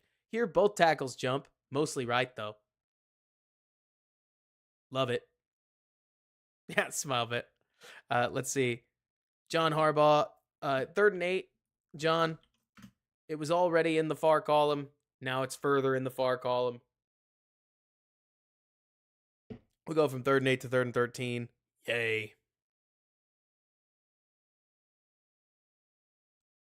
Another false start. Don't we love it? Need this drive. Let's see. Somebody asked me a question. I'm waiting to see it. It was, it's weird. It's not updating. Anyways, let me see here. Somebody asked me, David says, do I think that we have a coaching problem in the offensive line? Bro, I don't know. Can I be honest with you?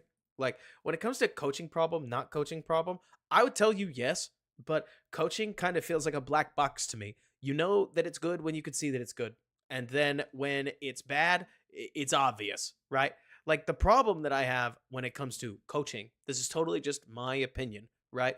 Is that good line coaching looks like good players and bad O-line coaching looks like garbage, right? But at the same time, is it believable that Nate Davis, Tevin Jenkins, etc. are just bad? I don't know. You tell me. Like it feels that way. So could Chris Morgan just be having an issue of the whole like the team that he's playing or the team that he's coaching is just awful? Maybe, but it's ridiculous. Like, at least from what I'm seeing, the hardest part about talking about coaching. Here's the other thing. I got to be honest. One of the things that really gnaws at me, okay? Last week I went to bat for Matt Eberflus because I thought he needed it, right? The team rallied and they came back from a situation that really not many teams do. Like a team winning off of defense and special teams, it just doesn't happen that often in the modern NFL. Maybe it'll happen in this new no offense league, but over the last decade, you just don't see it that often, especially not outside of Chicago. So Flus deserves some flowers for that. But y'all, it is hard to look at this division. And here's a question. Counting Brian Flores and Ben Johnson, how many head coaches in the division is Flus, are we confident he's better than? Right? Like, I agree with you on that, Joe Calzano. But so like that's the problem. Like Flores, with his time in Miami, Ben, who's never coached before in his life, I get that. Is Flus the 4th best coach in his division? Is Flus the 6th best coach in his division? Because the hope would be he's at least 3rd, right? like forgive me for a moment, but like I'm almost welling up. This one hurts a lot. Truly, I hate to be this guy who's like almost crying over this. Maybe it's the beer, but like. Isn't the hope he's at least the 3rd best head coach in your own division? I mean, and then worse, Luke Getsy goes out and beats the Ravens with Gardner Minshew. Like, we actually liked a lot of what Luke Getsy did in the run game, but that sucked on the same day, for crying out loud. It was like, oh. And the Raiders fans hated him in that first week. So it's not all rosy for Luke Getsy, but man, that was too bad, wasn't it? Where it's like, oh. Rex, I do think it's kind of funky with Fields specifically because the Steelers' offense has scored one touchdown, like in 2 games. The field goal drives, hey, they deserve something. Seriously, like I think an offense being successful enough to drive to field goal range 6 times is well worth talking about. But I did think that the Broncos kind of handed them that one because I thought that Broncos offense wasn't going to score. But anyways, let's see. What do we think that he would? Yeah, censored. I don't know. I truly couldn't tell you. In my opinion, censored. So there is some question about whether or not the Bears are putting Caleb Williams in a box, right? Where they're basically saying, don't scramble. If I can be blunt with you guys, I don't care, right? I am a believer that if you want to tell me what the kiss of death is for a quarterback, I believe it's when you start talking about how, why do we haven't played from the pocket? Like, how you doing, Tito? Thank you so much. But so, when people go, why do we haven't played from the pocket? He's not very good at the pocket. Let's get him outside the pocket. And then he can win because he'll be outside the pocket. You miss me with that. Pretty much any quarterback that can't play from the pocket in this league, unfortunately, is not going to last very long. Where I disagree with people, okay? Because I said that, and I mean it, is I believe that you're going to give most starters 3 years. I really believe it. Like, Josh Allen got to look awful for a full rookie year, look bad for a whole second year, and he figured it out in his 3rd year. Jalen Hurts got to play 2 very mediocre years, and then, so I'll get to Bryce, Jibby, because that's actually a good point.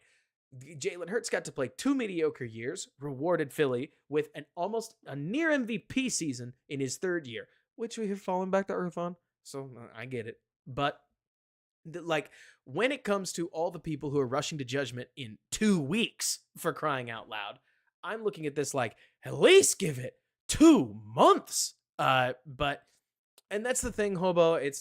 You're not being a truther. I do think that the hold was partially created by the way that Fields plays on the gorgeous rainbow ball, but it's a gorgeous ball anyways. Anyways, hang on. I'm getting there. The point that I'm really trying to make here is I think that there is a lot of folks that are rushing to judgment, not only because the whole offense looked like a mess against Houston, and Caleb's time is coming, unfortunately. I'm using Adobe Premiere Pro and a pen, Victor. Like, that's all this is.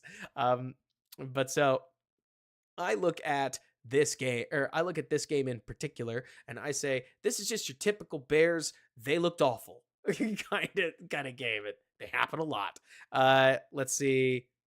And you never said give him, Bajent was better than Fields. Fields is better than Williams. And you never said give him 3 years. Who did I never say give 3 years? What? Oh, are you saying Bajent? Bajent's a UDFA.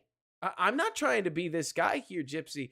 You don't give the guy you hoped would be your backup 3 years to start. Like, I get you, because it's cool to like Tyson. Tyson looked good in the preseason. But it's a little different when you go from a first-round pick who you're giving time to your UDFA that you picked up. And I don't think Bajent looks better than than Caleb from the pocket, especially from where we got Bajent going a little further down in his road. And Bajent got the luxury of playing starting in week 7, which I think if Caleb had sat for half a season, we don't see any of this. Like, people always do this, y'all. People always do this. You got me paused and ranting, but people always do this, where they want to play the rookie so fast. And I just accepted that you had to do it, right? There wasn't a way around starting Caleb. You can't actually start somebody else, right? You couldn't bring in Marcus Mariota and have him start in front of Caleb Williams. It was never going to happen. It was never going to happen. But when we don't see Patrick Mahomes play week 1, We don't see any of this. He comes in, he wins an MVP. That's that, right?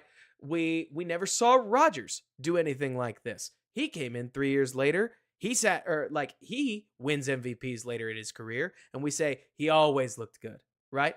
You go back, you watch Herbert as a rookie, he looked like a mess. His weapons just kind of did it for him. Then you go back, you watch Brock Purdy. He looked like a mess, and his weapons just did it for him. That's not happening in Chicago. And I'm not trying to pretend it should have. I mean, I would have liked if it did, but it was like, it's really weird, I think, when people want to put the rookie, and they never play well early in the season. None of them are. And I just think it's a mess. I really do. Because people want to hold them to the same standard, and they want to say, well, look at this guy's first start. And it's like only Stroud. Like, Herbert's got some stats to him, but he lost almost every game he played in. But like you're saying, Sir Lord, I agree with you. Like, just to be clear, everybody, what Sir Lord said is perfect. What Sir Lord said is perfect. He said, I just want Caleb to wow me once. Like, I want Caleb to wow me one time. Right now, I got nothing. I'm right there with you, man. People are holding on to a 3rd and 14 ball that's over DJ Moore's head. Can I call that like it is? Like, people are holding on to things that are not... This is late. Like, this is one of the throws that everybody's super stoked about, and it's late. Like, this is that strike to DeAndre Carter. Why does DeAndre Carter get leveled? Like, it's a good ball, don't get me wrong, but he's leveled because that ball has to come out right now. It actually has to already have been out.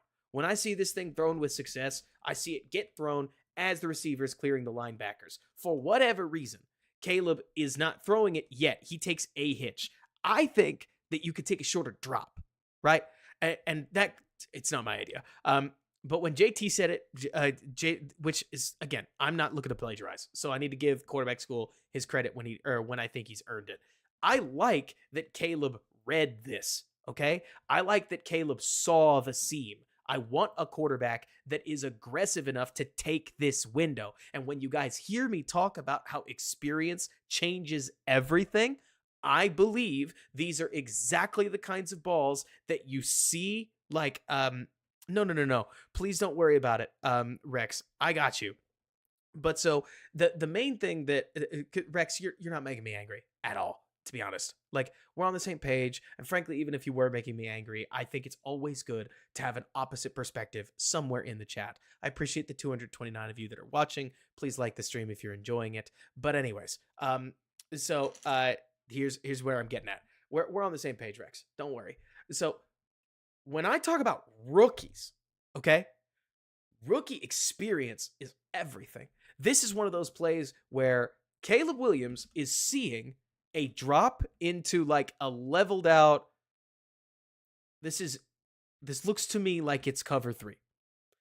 And if not, because actually now that I'm looking at it, I don't know if it's 3. I think it is man to this side with like a 2-man almost element of it. It's probably some kind of poach, is probably what it's basically called. But so anyways, let's get there. I'm talking through it. And then on this side of the ball, it is cover 2. Like, it's cover 2 to this side of the field. And if it's not literally cover 2, whatever. It doesn't really matter. Point is, like, what does matter here is that Caleb is seeing this played out at an NFL level on Sunday Night Football on the road for the first time in his life. All kinds of emotions, right? All kinds of emotions, all kinds of getting used to seeing it in ways where, shocker, Matt Stafford, Geno Smith, Sam Darnold, Baker Mayfield, do we need to keep going? Suddenly they look great. Jared Goff, late career resurgence. What's going on here, right? What's going on? Could it be that quarterbacking in the NFL might just give an edge to guys with some experience? What? Like, yeah, Jimmy, he should. I really mean that. Like, that's what I'm getting at. Jimmy says Sam Darnold looks better than Caleb. Yes, these guys have been in the league. They've been running practices so often that they know these defenses. Like, Thank you. I have no idea what happened because I had to change chats. So if it was like a somebody tell me. Anyways, I just hear the shuffle.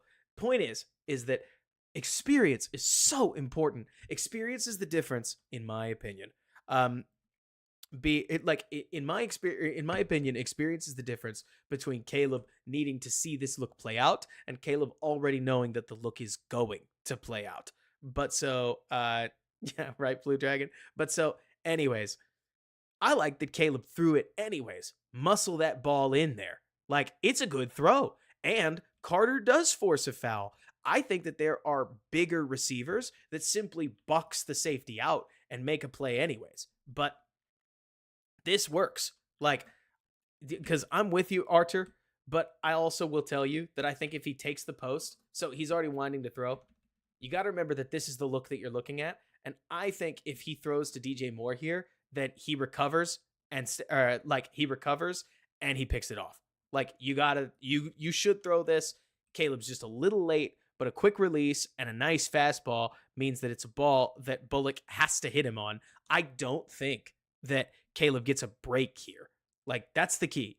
I'm telling you that there's a mistake, but that Caleb's basically his physical talent makes it to where he can attempt this throw anyways, and it's still a good play. But truly, Reinhardt, I think that's hilarious.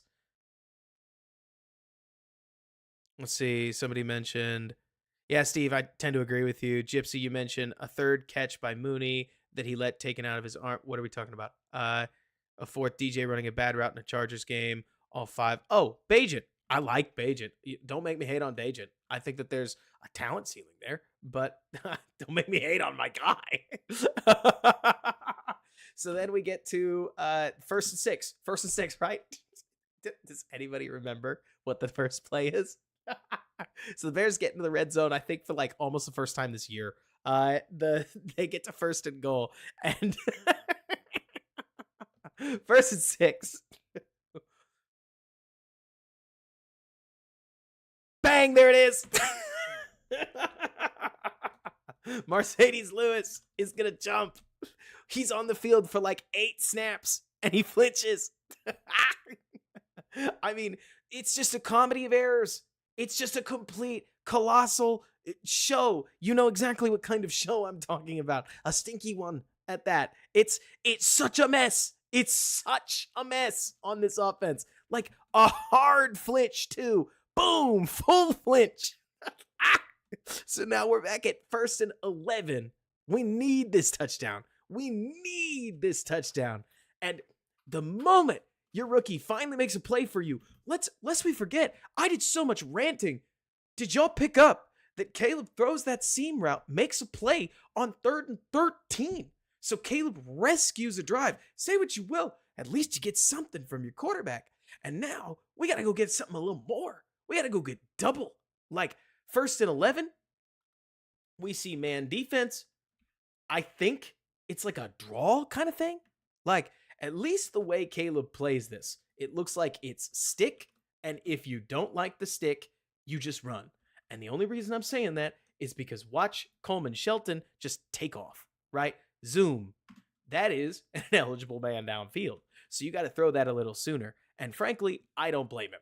Because Swift right here is not clearing this guy. And if you throw this, I think there's an off chance he jumps this route. Like, it's not a guarantee. But if you throw that and he takes this thing the distance, you are going to get laughed at. So I don't mind him just running the ball. Bang. I do like the hit. There are going to be some people, I'm usually one of them, that don't like quarterback designed run game. But you know what? It's Sunday Night Football. You're down 10 points. You're trying to beat the Texans. That's the call you're going to make. We did this with Fields too, right? Where if you're not getting it through the air, you got to get it somewhere. And so using Caleb at this point, put the shoulder down and go make a play. I will tell you, I loved this. Like Williams putting his shoulder down and thundering forward for 3 extra yards when the Bears needed it was pretty awesome because they needed every single one of these yards. Like, This is me liking Baker Mayfield, okay? I love a quarterback that'll throw that shoulder. I was raised on G Cutler, baby. Have we seen that TikTok? It's awesome. It means a little more when your signal caller goes out there and gets ugly for you, right? Like, lower that shoulder, get in the guy's chest, and really push for it. Yeah, yeah, give it to him, Jay. Like, oh man, that was yeah, also on the count. It's so funny, Grant. I think my favorite part about that really was like, and it's so little, is I'd never caught. Gave it to him, Jay. Hand him the ball. Like when Jay thundered that guy on the sidelines, it was like, yeah, here you go, and threw him the football. That was awesome. Like that was my quarterback growing up. It really was. And then kudos to Rome. He does exactly what we think he's going to do and just doesn't finish it. Come on. Come on. This is good. It's a high ball, but we got to get it over a jumping defender. 21 makes this very difficult, and Caleb makes it a chance. You did draft Rome to catch that football. It's a bummer he didn't come down with it. But hey, if we're giving Caleb slack, we can give Rome slack for it too. I'm actually criticizing Rome for other plays. To be honest with you, Jimmy, that's what's so funny about this. My opinion, right? I think that Rome's mental mistakes are much more worrying than Rome's physical mistakes. This is a hard catch. I would love to catch that football. But if you're not going to catch it, whatever, right? But I think it's okay I don't know. I think it's okay to be frustrated with the Bears team. I think I need to make it so clear. I've got like no expectations for either rookie for the first 6 weeks. Obviously, nobody else feels that way. So I'm kind of trying to match everybody else's level. Because at least for me, like, yeah, I'd love to catch that football. That's, to me, the kind of ball where it's tough. Like, that's the other piece of this. This is a sweet throw. Two things can be true, okay? It's a sweet throw. It is an extremely hard catch. It's a sweet throw because 21 does such a good job contesting it, in my opinion, that it just makes the throw hard. Maybe you can get that ball down a little, but if you don't get it down enough and 21 tips it up in the air and catches it, then you're benched. Not literally, because he's Caleb Williams, but you get it, right? Like, that's an extremely hard throw. But you'd love for Rome to catch it anyways. Like, Falco, I think it's both and. But anyways, the good news is that and that's the thing, Jordan, right? Because I tend to be with you. Rome maybe mistimed his jump. I don't know. I'm not going back for it. I'm gonna be honest. We got enough game to get through. But so did Rome mistime his jump? I really don't know. Thankfully, Khalil Herbert. And my favorite part really is the fact that like Nate Davis botches the pull so bad. So you're even down a blocker because Nate Davis trips. It's so painful to watch. Come on. How does this happen? I mean, it's every play. It's every play. They are just lucky that 51 here misreads it. Like, if 51 doesn't read where the handoff, I think he must think that Caleb might be keeping it or something. But Rome does a good job. Herbert does the rest. Oh boy. My favorite part, I think, about the Nate Davis saga is seriously that the Bears are in a position where I don't think they want to play Nate Davis anymore, but the backup got hurt, and so they have to play Nate Davis. No, they weren't worried about the run game at all. Okay, so take a breath. Caleb was like 80% completion on Bo Nix's ADOT for the overwhelming majority of the first half. I like what Caleb did, mostly in response to the last game. right? In the last game, Caleb was a frenetic mess. A frenetic mess. And I think he generally did a good job. I really think over the first half, I know I took a bunch of breaks to just kind of cackle and laugh and complain. But in the first half, I thought that Caleb generally got let down by his run game, some of his protection, and there'll be more of that. His receivers to some extent, and a lot of the game situations. It was tough, but at least they made some of it work. The wheels kind of start. I don't know if they fall off, but it's not good. Like, you want to talk about your rookie quarterback on the road? This is a great example of what that looks like, and it's a huge bummer, right? Because here you get Rome Odunze and DJ Moore. I want you to watch the bottom first, okay? Here's DJ Moore. They're both running double moves, okay? And then they're gonna carve it off once they get to about the first yard marker and come back for the ball, okay? So DJ Moore first. We are strapped. Like, we've long thrown it to commit. It takes way too long. Like, I don't know if that's Stingley because I can't remember Stingley's number. But DJ Moore, we can't even get the stop off because the corner pulls us at the top of our route. Honestly, savvy DB move. I love a good DB. Sorry. Okay, so that is Stingley. Then Stingley gets it. And Caleb checks it down, which he should, right? Like, you don't get DJ Moore, you got to check it down. You get 4 yards on first down, whatever. Now, Rome at the top of your screen, this is exciting. But on a pick-aside read, you went with the guy that's making a lot of money, and you missed out on, whoo, that's nice. Like, maybe you could force that in there, but I wouldn't throw it. Like, I wouldn't throw that either. Rome, though, whoo, that's good. Watch it again. Drink this one in. Boom. Boom. I didn't even see that at Washington. Can I be honest? Like, that was nice. That's the thing, Jib. I didn't say Rome is a bust. I said Rome's making mental mistakes. I think there's an element of frustration, like, that I'm seeing in some of the mistakes Rome's making. But hey, I'm still patient. Like, I'm not worried about it. But I'm with you, it's censored. I'm not pointing this out to blame. I'm saying, like, you're trusting your wide receiver one. I have no problem with trusting your wide receiver one, but he's getting strapped and he's not. So glad to see that from Rome. I think that's good tidings going forward, right? But man, that's nice. No, Spectre. No. I don't want to hear that. This is Rome's second week. It's also Rome's first away start. If he's going to make the mental mistakes, I'd rather see that he's killing it as a route runner. Like, I got no problem with that. No problem with that. The mental mistakes are what they are. I wish they weren't there, but he's making his first starts in the NFL too. And if I sound like I'm being kind, I am. I think rookies are awful, right? Like, that's the problem. You're talking to the guy who says rookies suck generally. Y'all remember the way that I talked about Tyreek Stevenson last year? I told you he was good when he was giving up 100 yards a game. Like, I think rookies are bad. But that's just me. This is how I see football. I think that rookies are awful, like, by and large. Swift gets a lane. We do have to start pushing if we're going to get through the whole offense in 80 minutes.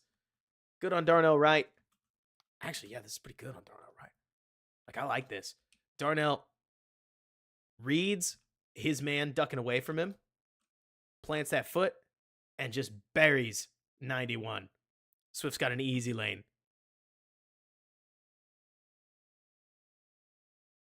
Look at Jason Hesna spitting facts. I mean, seriously, though, it's kind of the only opinion, if you ask me. Jason Hesna says it's a new offensive coordinator, a new center, the backup center at that, new set of wide receivers, new rookie wide receiver, new rookie quarterback, basically a rookie running back, right? Why are we surprised that it's taking growing pains? That's kind of how I feel. But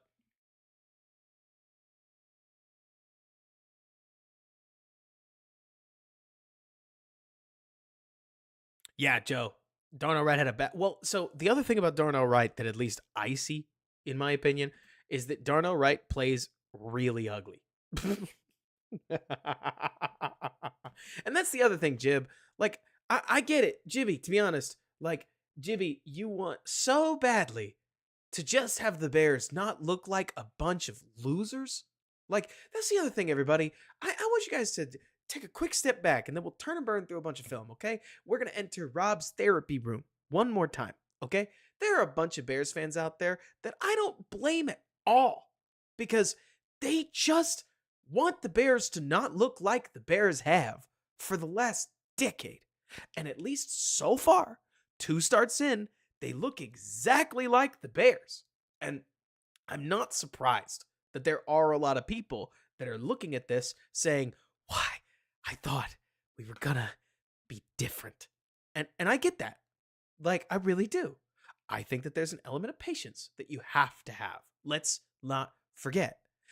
Green Bay Packers fans wanted to fire Matt LaFleur, football Jesus, after 8 games. And then Love turned into a top 8 quarterback between weeks 8 and 9. Basically, I don't think it's that simple. I think the signs were there with Love and his receivers, but it took them a while, right? And then they got it together, like it clicked, and the rest we saw.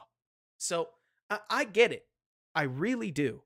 Yeah, the Packers young receivers were really awful. Like, let me see, Otter. What? Like, it's because that's the thing. Like, I'm with you, censored. I am. I don't want to talk to a lot of my friends in Dallas about the Bears because while I think patience is key, everybody's gonna laugh at this. Everybody is, right? The Bears look awful. Caleb looks awful.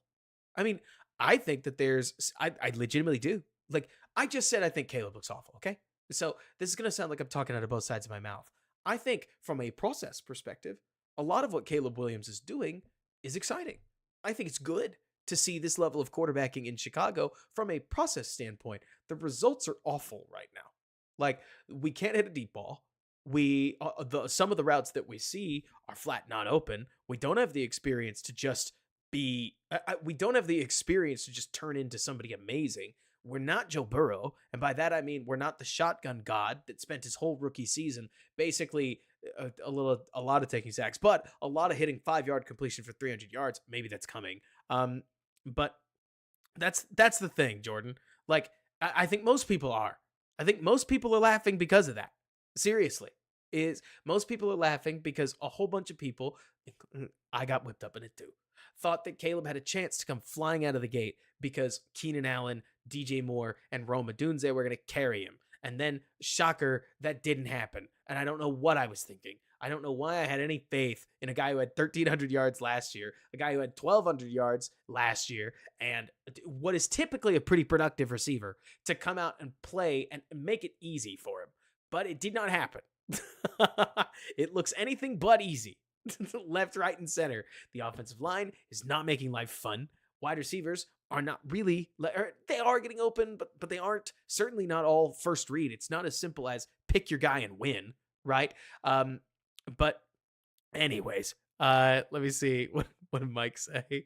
But so anyway, like I can't help but just look at it all. And yeah, that's the other thing, Jordan, is Bears fans have been so beat that Gypsy, I think that's a ridiculous take, personally.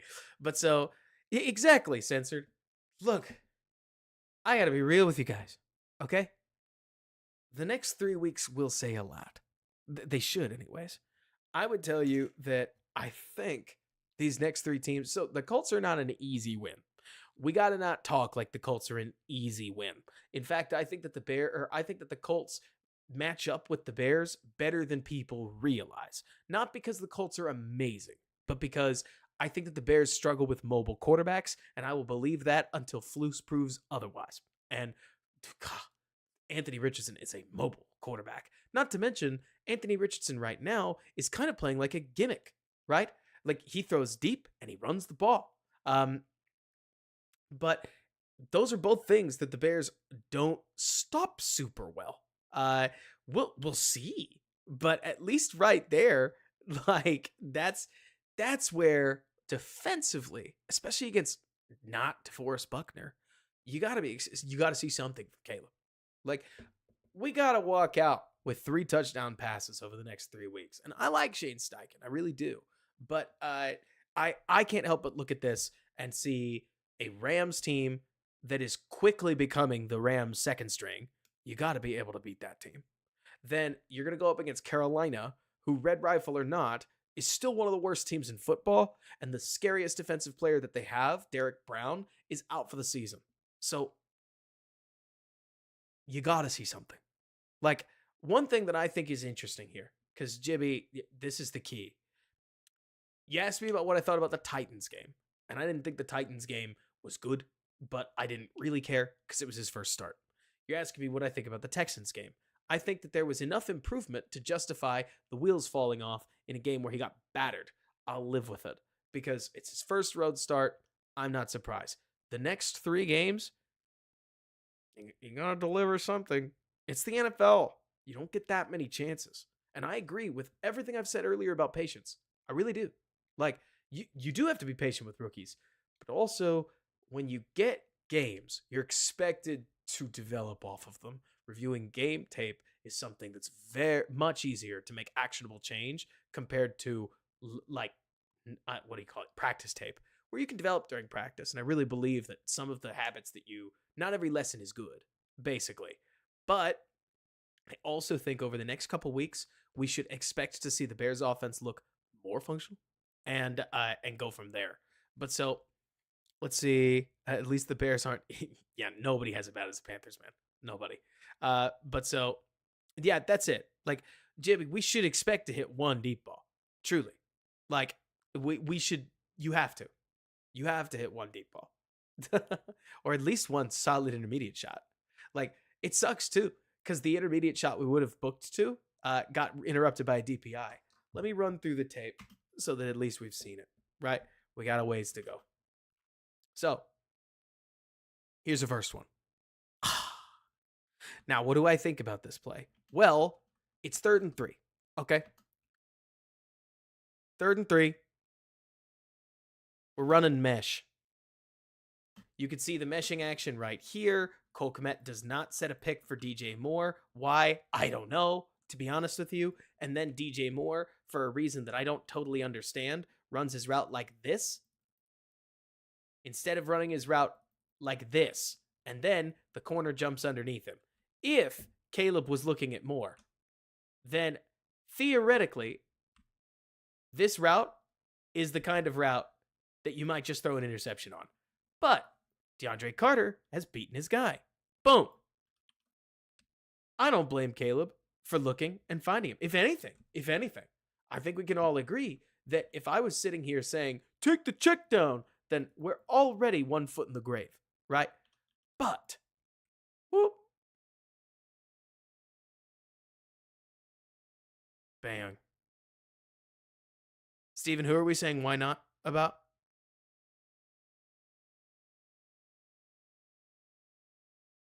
Oh, I gotcha.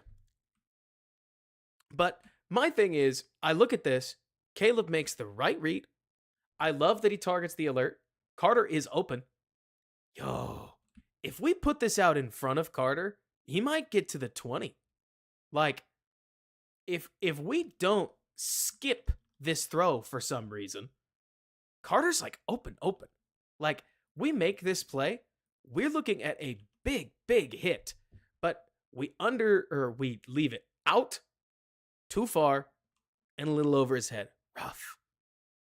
And Spectre mentions he doesn't have Carter's speed narrowed down. I would also tell you, Spectre, that in my opinion, we just don't need to be throwing like that, right? Now, maybe I'm only saying this because the mechanics of it, like, look funky and he misses. But at least in my opinion, that's one of those throws where I would like to see Caleb hit it. It's that simple. Like, I could sit here and waffle about this, that, or the other. I like the read. I think Caleb navigating the protection is fine. Like, look at that. This is the same rep where Coleman Shelton gets smoked again. Look, we're looking at a stunt that nobody noticed because Caleb just navigated away from it. Yay, this is good. We like good pocket movement. Rip Coleman. Man, like, we give up another stunt. God, that's bad. That's real tough. But we got to hit the throw. I don't think it takes a brain genius to like I don't think it takes a brain genius to look at that and say we got to hit the throw. So then we get another check. Definitely can't say that Caleb's not operating at the line of scrimmage, but we take another look at DJ Moore and we don't win. Partially because there's no winning here. Stingley and 23 have this one strapped up. Like that's actually, this has nothing to do with Moore. He's running a go, and if they sit in cover 4, maybe we have something, but we don't. He's over. Yeah, exactly, Rex. We don't. So Caleb looks back at his check down. This is one of my favorites, at least I think. Caleb looks back at DeAndre Swift. Where should Swift go? Quick screenshot question. Where should Swift go? This isn't hard. And I'm completely serious. Like, this is not difficult. Running back checkdowns have rules. This is not that difficult.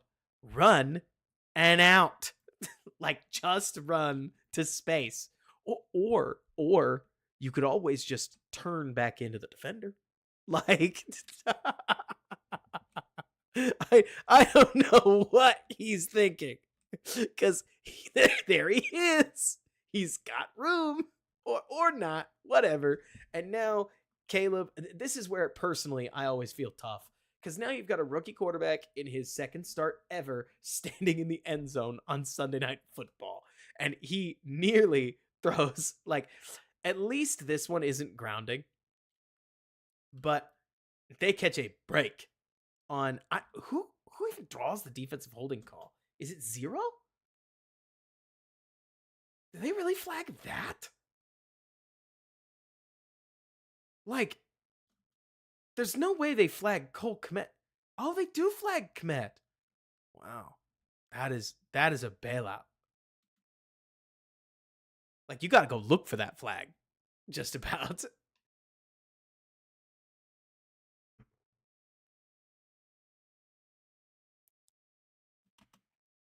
Now, I really don't mind. I mean, the protection is... God, Tev's just getting walked. Look at that. I mean, I never thought I'd see the day. I really don't. Look at this. Where's this coming from? 91 just puts his hand into Tevin Jenkins and drives him all the way back to the quarterback. Everybody else holds. Like, they do fine. And these are the reps that I wish people cared a little more about. I understand. I get it. 2 year, like, what? Wright gets smoked nearly the entire game. Why does anybody care about this? Right? But I like the fact that Wright can go body to body with some of the best edge rushers in football on some power downs and at least stay solid. But yeah, Tev blames coaching. Still, at some point, guys got to own their own play. Here, Swift runs to nowhere again. It definitely doesn't help when your guard loses on the inside and your tackle loses on the outside. There's just like, it's not as simple as there's not much to be done here. But on a run like that, like, I'd love to tank on Swift. There's just nothing there.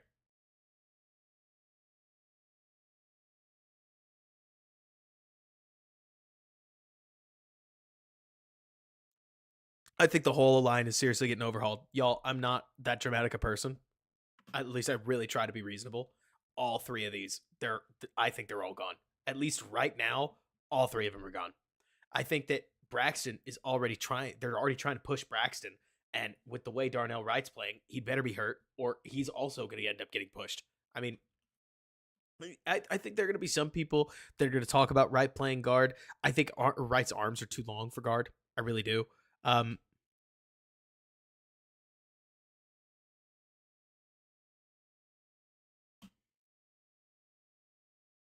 So what do we got here? Is it third down?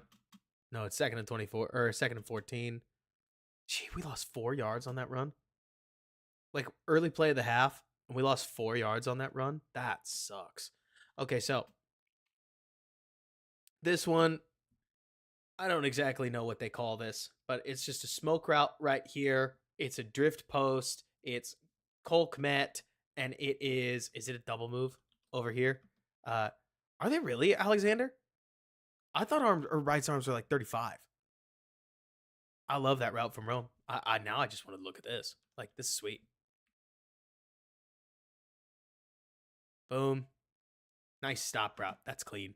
Let's see. Why do we want to wait until the point of no return to form an opinion on this team? Why not make decisions that benefit your team 2 games in, like the Panthers benching Young? Steven, out of curiosity, what do you mean? Like, which opinions are you talking about waiting for? Like, what's the plan? Completely asking seriously, just because I think that's quite a radical take if you're thinking that nearly anything about the Bears team. I don't know. I think 2 weeks is very fast. The only reason that Bryce Young is getting benched like this, Jimmy, to go back to what we were talking about, Bryce Young just threw for 84 yards on 4 pressured downs. He had 3 pass plays where in order to check the ball down, he had to hop just to get the ball over the line. If you ask me, Bryce Young's film has looked so unbelievably bad that it has created an exception. Like, to be compared to Bryce Young right now, I think, is to be compared to one of the worst draft picks in the history of the league. Like, Trey Lance only got 4 starts in part because he kept getting hurt. Like, Trey Lance is also curious because, at least in my opinion, he would have gotten a lot more time had he not gotten hurt. But like you're talking about, Jimmy, maybe there's an element of this when it comes to Bryce where he would have been better if he was somewhere else. You're also talking to somebody who thought that Bryce was nearly undraftable. He was so small, not just short, but also slim. So I'm the wrong guy to ask, just because this fits my priors that it looks this bad eventually. Just especially because he doesn't move out of the way. But there's a whole thing there. Let's see. Caleb looks too small to me. Looks like he's struggling to see since he lost his accuracy. Could be, man. Like, it's censored. I mean, the story has yet to play out. I could tell you, I don't think so. But I mean, I think he's got to hit DJ here. Like, he looks right at DJ Moore on this, what I've heard called drift post, and you got to throw this. To me, this is the first window that Williams has well and truly missed, but he misses it. Does he miss it because 91's in his face? I don't know. Again, you tell me. Maybe he's just short and has to look for something else. But that's open. It's a tight NFL window, but it's an NFL window. And we got to throw it pretty much right here at the back of your drop when your foot told you to throw it. Instead, we're way too passive. We hang on Rome for too long. We flick the ball. I think Williams muddied that down.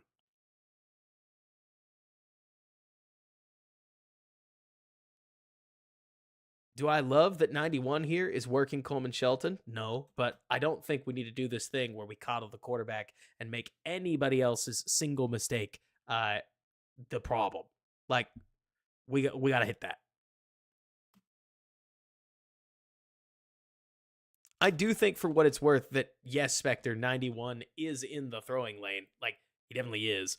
But also, I think you got to find a way to hit this, just because you don't get open receivers that often. But I don't know.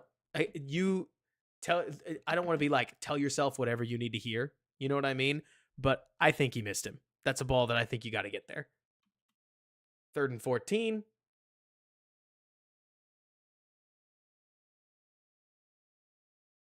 Oh, this is this play. I think this is totally a flop, for what it's worth. Like, I think that Williams just goes down easily because he wants to get the 15. But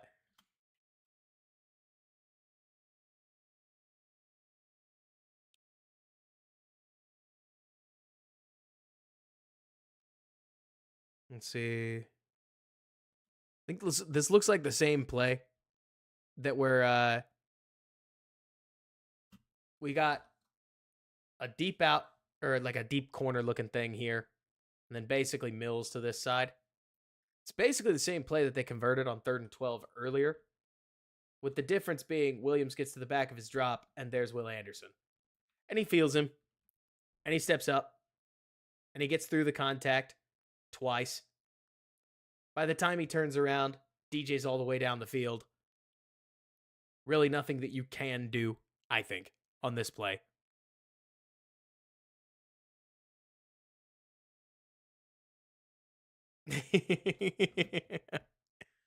Oh yeah, Blue Dragon, they're on it. Let me see. Steven S says the pressure's on the RB. Well, I definitely don't know what Homer is doing. Like, Homer looks as if he's so overwhelmed because the Texans front is going to create a bunch of single blocks.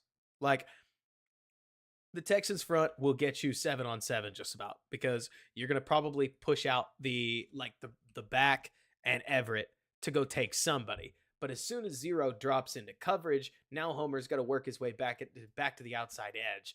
And Braxton is acting like maybe he expected a chip, but I don't think he's going to. Like, I don't think Braxton thought he was going to get a chip because the Bears are 7-on-7, and I think they know it. So Will Anderson just beats Brax to the edge. That's what I think. But John, I think that there are calls that'll give you a chance, but that's that. It could be possible, Quinn, that could be part of it. I think that maybe there are some issues that come from the fact that the Bears were playing on the road, which I don't think ever helps with your cadence, but it's still a mess. You don't get a huge excuse for a mess. Slim Jim, that's how he's always held it. Seriously, Grant, I didn't think Anderson looked this big when he was at Bama. Now he's in the NFL and he looks like Khalil Mack. It's like, oh my gosh. John, I think that there's, let me see, where were Caleb's eyes on that last play?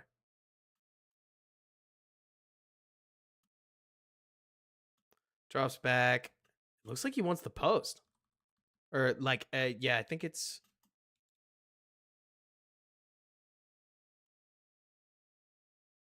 I'm curious what he would have thrown. Because at least based on his eyes, part of me wonders if he's looking at this. But who knows? Maybe he's watching both corners and would have thrown it out there. I have no idea.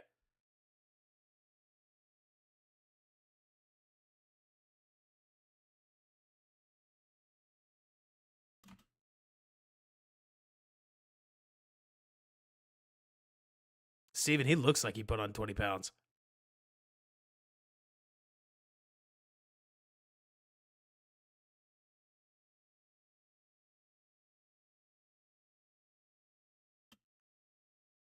Slim Jim, I don't know if it's that drastic.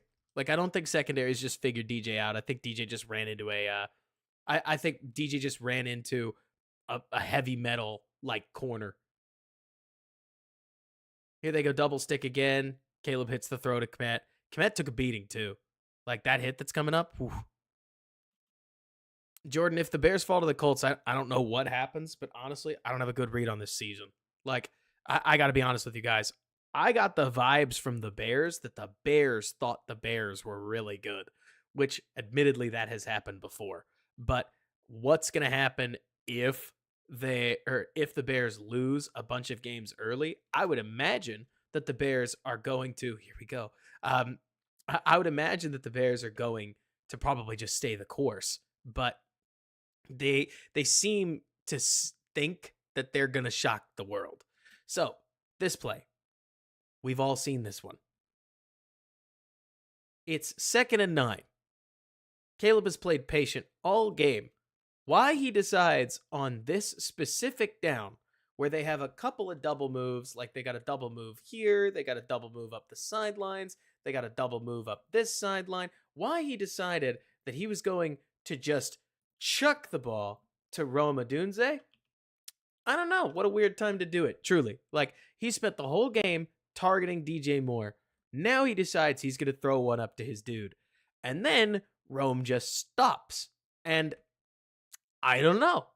On one hand, I guess I'd like it if Rome kept running. On the other, what on earth is Caleb thinking? I have no idea. I mean, I guess it would have been nice to see a contested catch one-on-one. That's never an awful thing. Man, Caleb gets hit so hard. Like, 97 just smokes him.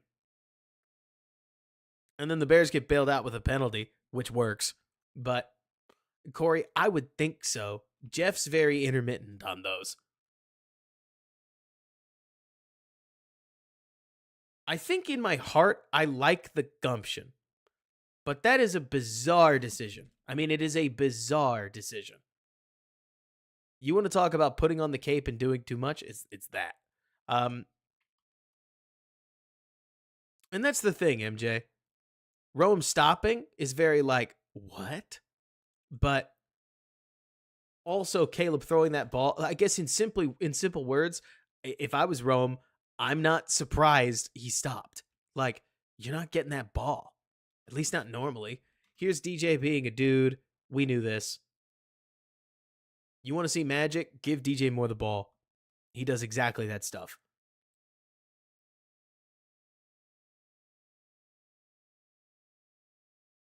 I tend to agree with you, Daily, where I think it's like, there's an element to it where that's the other part of this, at least for me, Jay, and Daily, where it's like, I think that there is something to be said for, well, now that we're staring at them, can Caleb grow from this?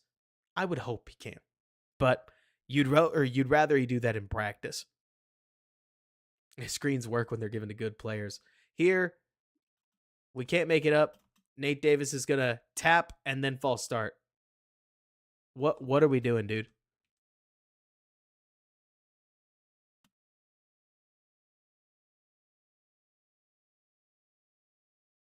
Yeah, Hobo. The calibration under throws are bizarre. 1st and 10. We roll out. DJ gets picked. We get smoked. I would love it if DJ Moore got through here. Maybe he's just tired. He's been playing almost every single snap. But DJ's the over, and that over is going to yawn open. I mean, you get through this linebacker right here, and all you're going to have is 0 in front of you. Especially if you're there-ish. I don't know. That's a tough throw. But at least it's a throw that you would expect somebody like Caleb. You would expect a number 1 overall draft pick to be able to hit that. But the moment that he falls apart like that. Oh, Steven, are you defending Bryce Young? Or are you defending Tyson? Are we defending Tyson Bagent? We're defending Tyson Bagent. That's what we're doing. Gotcha. I like Bagent. I don't know why we're making this a Williams versus Bagent thing. I'm just going to tell you right now, a UDFA is never going to play over the number 1 overall draft pick. Never. Never. It's never going to happen.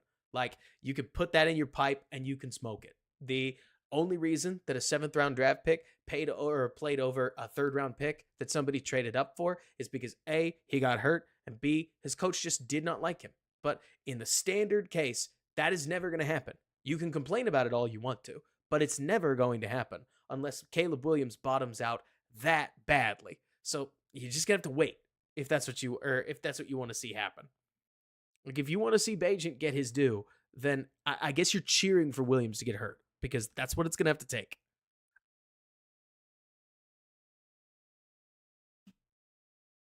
I mean, that's the thing though, Michael. I think there's a good chance that Bagent is better than Caleb right now. Like, that was never my question. I think Bagent could probably have done, I don't know if he could have beaten the Texans, but I think he could have looked a little cleaner in his operation, because what Bagent's going to generally do is turn over to the team, and he's going to say, is my team better than your team? And the Bears were not better than the Texans on Sunday. Like, Case, I don't know if we win, because the Bears were not winning left, right, and center. But Bagent is generally going to be more that Foles mirror, where he's going to say, are the Bears better than the Colts today? And if they are, then starting Bagent generally means that you'll win. And if they aren't, then the Saints beat you, right? But anyways, this was a clean hit. I'm not mad about any of the hits that Caleb took, outside of the fact that I don't want Caleb to take them. So I hope that this is a learning lesson for Caleb Williams to not do any of that. Now, I don't think that there's any way just about that you could make this throw to DJ. You'd have to just know it's there. But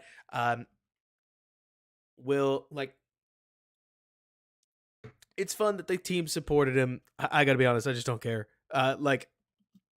It's great that the team supported him. We had the rah-rah guy. DeAndre Swift makes a sicko catch and turns it into yards, which I was just shocked. Like, I've seen a lot of issues, whether it's Justin Fields, Mitch Trubisky, and now it's Caleb. Issues with young quarterbacks and their running backs on these swing screens. Like these, generally, you see the running back for some reason take it way wider, and the quarterback lead him up the field. And so this is a sicko catch by Swift to save a ball where, gosh, he airmails that, and I'm hearing about it. Like, ugh. I'm glad he didn't, just because I'm like, jeepers. I'm really personally happy I did not have to deal with that one. And good job blocking by everybody else. Honestly, solid job, Everett. Get to 1.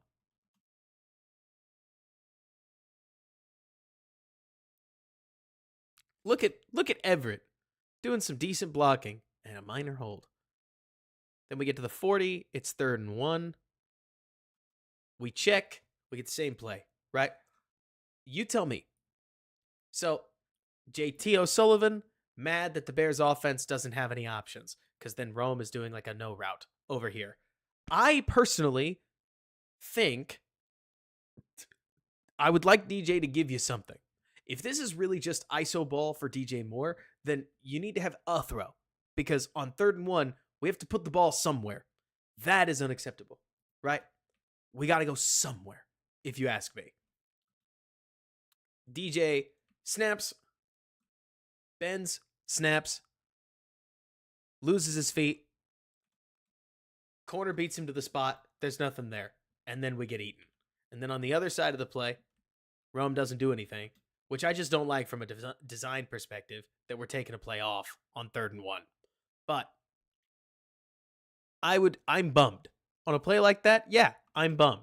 You're calling an ISO for a guy who needs to be a team leader and doesn't work.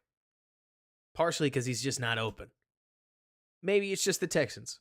Maybe it's Derek Stingley playing like that dude. Maybe, just maybe, Cole Kmet needs to get a better piece of this guy, which he does, right? Like, Kmet's block here is terrible, if you ask me. But that's just part of the mess. From a design perspective, let's say Kmet doesn't get Olayed, then what? What would the answer have been? Odunze only just looks for Caleb here. Well, it is a run block, right?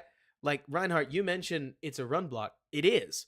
Kmet's got to come over here, and he's got to chip him, as I've seen it, or cut him.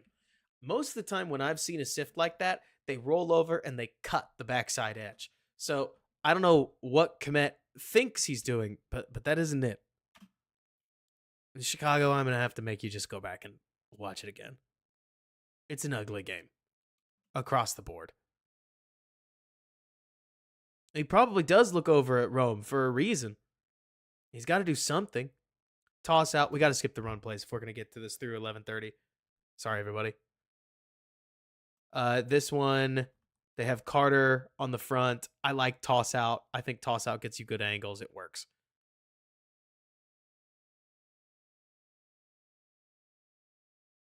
There's a lot of those, Hope. Then we have a play where DeAndre Carter can't dig out number 20. I think this is a tough angle. Everybody, for some reason, tells me that, everybody, for some reason, thinks that receivers can just make these blocks. I guess when they do, it's great. But when they don't, it looks like that. I know, Damo. But I can't be up till 2 anymore. Toss out. Kmet misses a block. Maybe you've seen it. If you haven't, drink it in. Watch Cole Kmet over here. You're going to get a good look at him.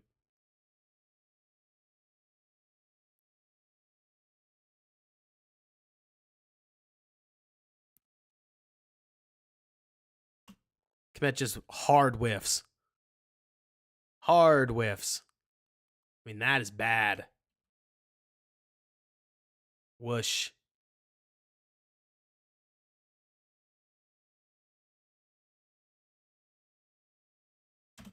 Oh, so awful.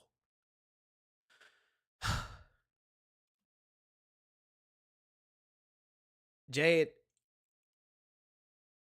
I think the draft has to be for 3 years out, pretty much. I mean, Everybody always wants to make the draft about what's going to help you next year. It's not. I don't think it is. I think the draft at best is about what's going to help you in a year, right? I don't think it's realistic that that quarterbacks are going to sit anymore. But in a perfect world, I do think that you just put them in the tank and let them stew for a year or so, because this whole rush the rookie out to play doesn't do anything good for the overwhelming majority of players. It does not help. I think Gerard Mayo is making the right call, and thank God Jacoby Brissett is helping them win, because that keeps the kettle on top of the pot. Like, you can let May stew, which works.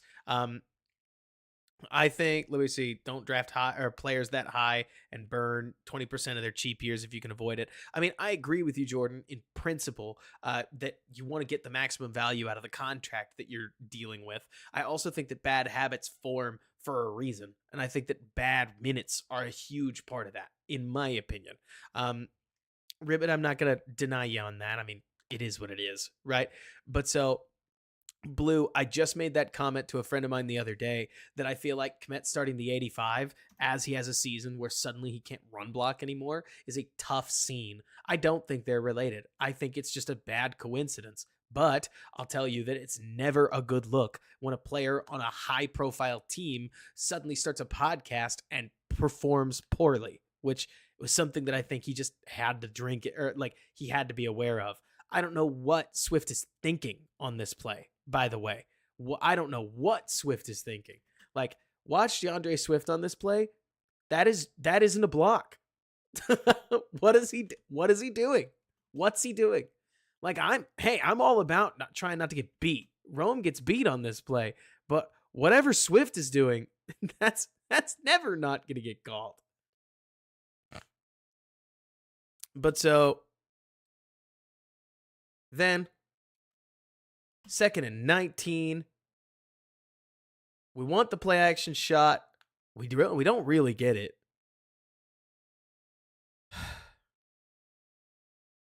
I don't know what I want on this play, but I want more. Like,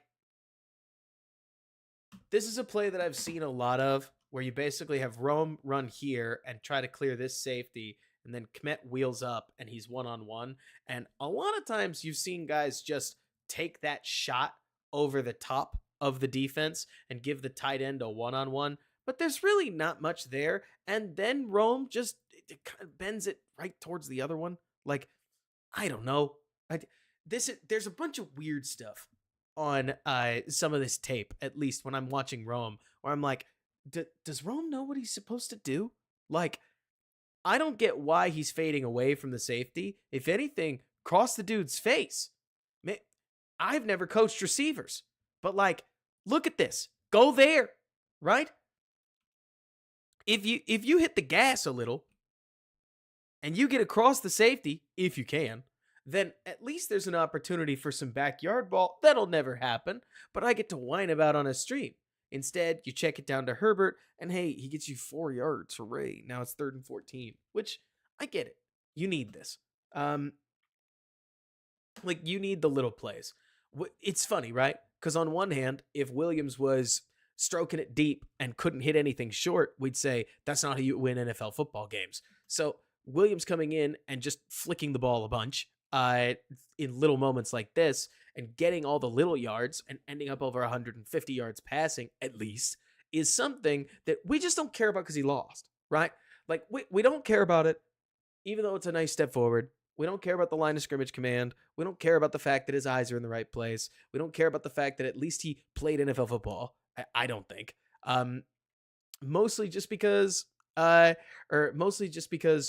he didn't do all the other stuff and nobody feels excited. That's my take. But so then we get 3rd and 14. We've all seen this play.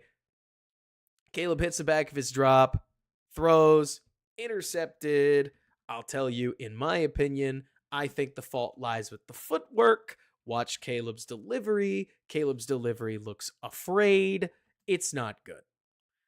It's a little more complicated because Kalen Bullock here is racing over, and if you put too much air under that, your guy DJ might just get lit up. But it's still not good enough. It's not going to be good enough. I'm not trying to pretend that the throw is any good at all. It's an awful throw. Like, It's an unacceptably bad throw. And what an easy, like, false stunt for zero here. Pocket gets crunched in part because Nate Davis just gets cranked. I mean, goodness. Look at this.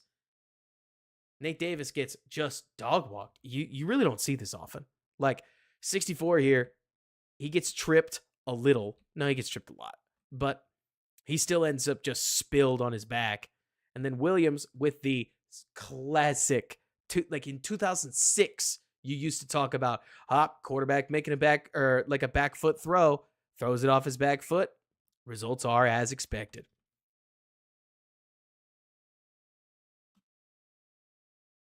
Isaiah mentions, is that just a take a sack moment? Not really. Like, as much as I'd love to say, I think that sometimes the answer is you just got to throw it better.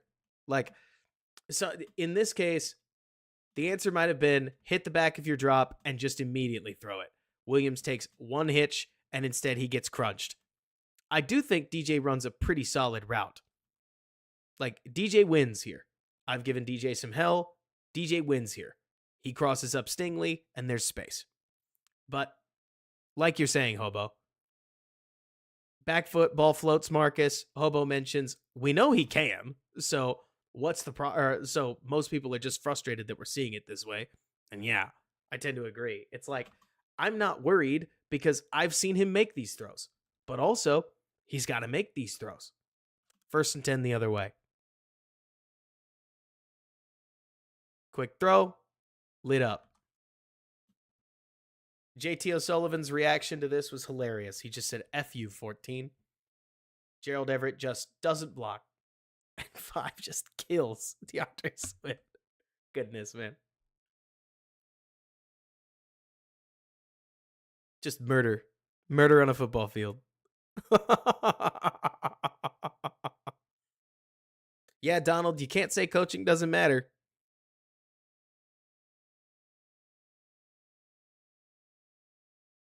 Woo.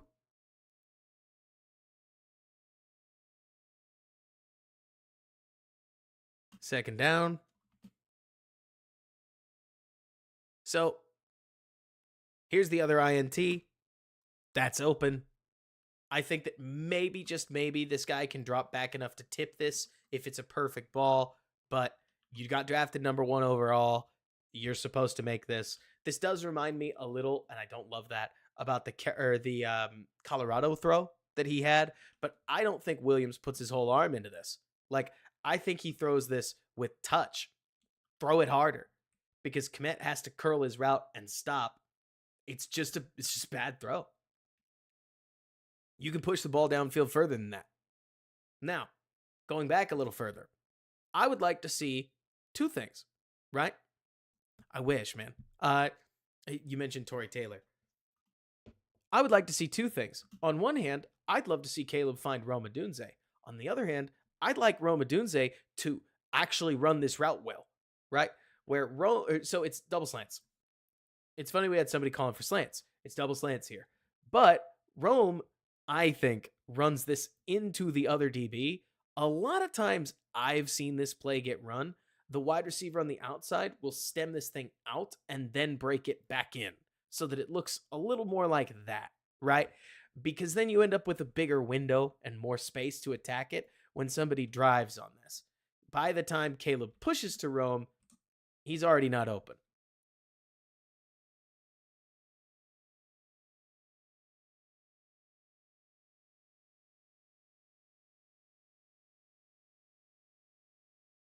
What did I do? Did I really screw this up this badly?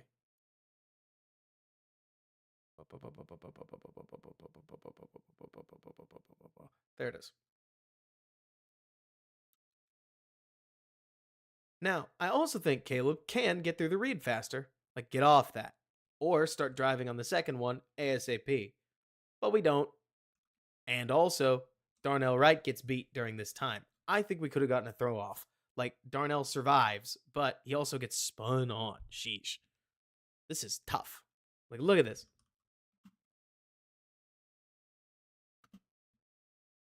Here's Will Anderson saying, I'm better than you.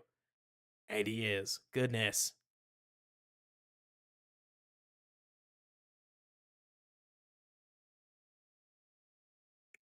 Yeah, Donnie, it's tough. Like the whole league's scoring is down. It's not just passing, it's all scoring. But especially it's taking it out on passing. Now, truly, I think Williams can take this. In the future, if Williams wants to pump this and make life really easy, Rome's open too. So he drifts to a nice little place. But I just want him to hit the throw in the first place.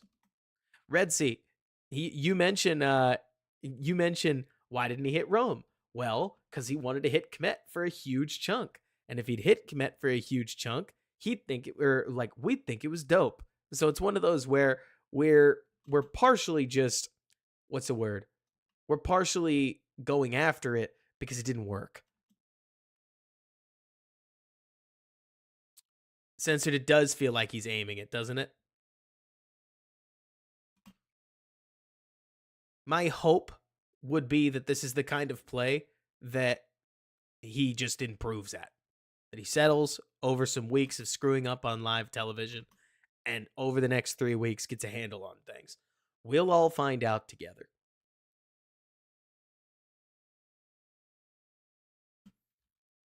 $19-10.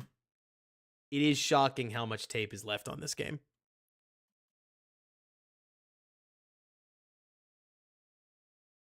Bears finally get some decent run blocking. DJ gets given an unbelievably hard assignment and can't range all the way over into that gap. Nothing there.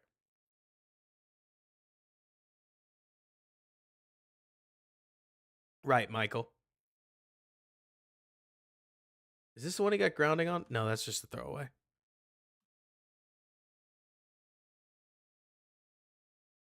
Steven, I actually just think that for what it's worth, I actually just think kickers are better. Like, I know that may be a really boring take, but I think that you look at kicking a couple years ago, and the NFL wasn't the explosive, like, super sport that it is today. And then a generation of soccer kids realized that if they can just smash the ball 55, 60 yards in a dome, that they can make $20 million over the course of 4 years. And it's good money. So people do it. Like, at least that's my opinion. Plus, you got to the point where you made it safe enough to play kicker that it was easy to do it. Oh, this is ugly. Is this supposed to be met? Oh no. Oh no. Oh no. Do we see this? It looks like it's vaguely mesh-like. We get an in, and then we get a sit over the ball. But what's going on? Like, Caleb looks at the alert out there, and maybe you could argue that that's a slant. Pop, pop. Or maybe it's like a hitch, but we already lost on the outside. Oh, no. Yeah, so they bring this nickel blitz, and we just lose immediately. Caleb steps up past the blitz. Everything's crowded. Throws the ball away. Like, that's probably the right play. Jeez. It's just bad football. It looks like it's all zone convert, I guess, Case. With DJ and Cole basically running into each other.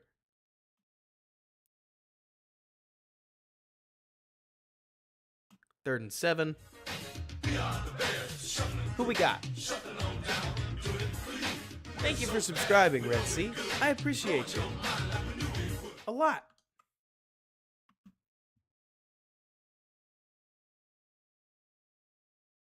I kind of skipped over the punch.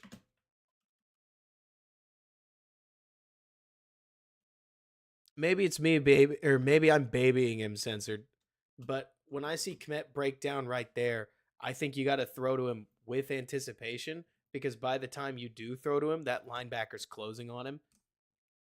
And I just don't think I don't think Caleb Williams, because he plays partially in a squat, at least in my opinion, is ever gonna see that without already knowing it's there from tape study.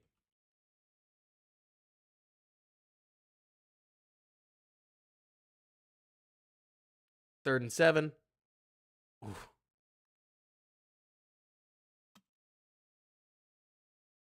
Looks like we look outside and then inside.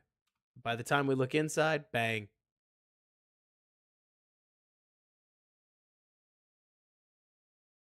Goodness. Brian Flores is going to lick his lips at all this. Yikes. Zero blitz. I mean, honestly, not zero. Looks like it's a one deep blitz. Honestly, the answer here is that you just got to throw the ball. Unfortunately, this is a lesson in it. Yes, you'd love to pick this up. I'm sure you expected me to talk about the offensive line, but you just have to throw the ball here. Like, it doesn't matter where, it practically doesn't matter who. You just have to throw it to somebody, even if that means snapping and throwing the ball to Kmet and hoping that he beats the guy. The answer can't just be stare down the barrel of a sack and eat it. John, I'm not asking to throw it away. I'm saying to see that, or to understand that you've got a whole bunch of one-on-ones. So generally speaking, if you just throw the ball to a spot right here, and if Kmet gets it, he gets it. If he doesn't, he doesn't. Then you'll be safe. It's a glorified throwaway, and you'd love for Davis to just pick the stun up. Like, Davis gets completely locked in on a guy who, forgive me, he kind of looks like he's obviously stunning. Like, they've stunned it on you all game, and here he just drives hard into him, knocks Coleman Shelton back. Rip. That is a tough scene. First and 10. How to get the ball back on the 3? Man.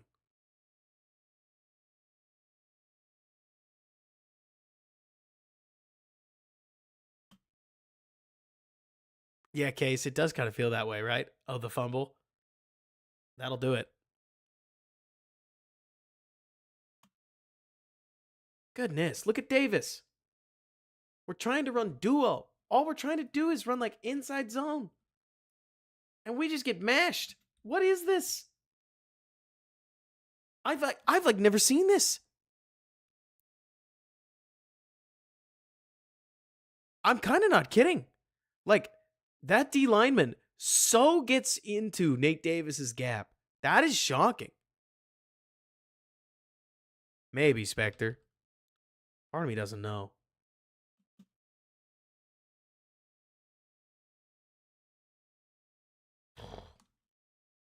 Ugly. What didn't we like about the roam out route? Like, did we want Cole Kmet on the go? Because Cole looked over here, or he looked over here, or maybe he wanted DJ on this the whole way. But then DJ loses his footing. I don't know.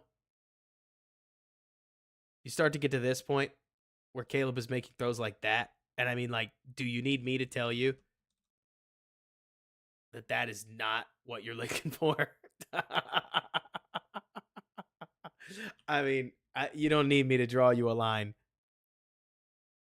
It's not an accurate ball. It's not a good route. It's not a good play. You get to this point in the game and it's like, oh man.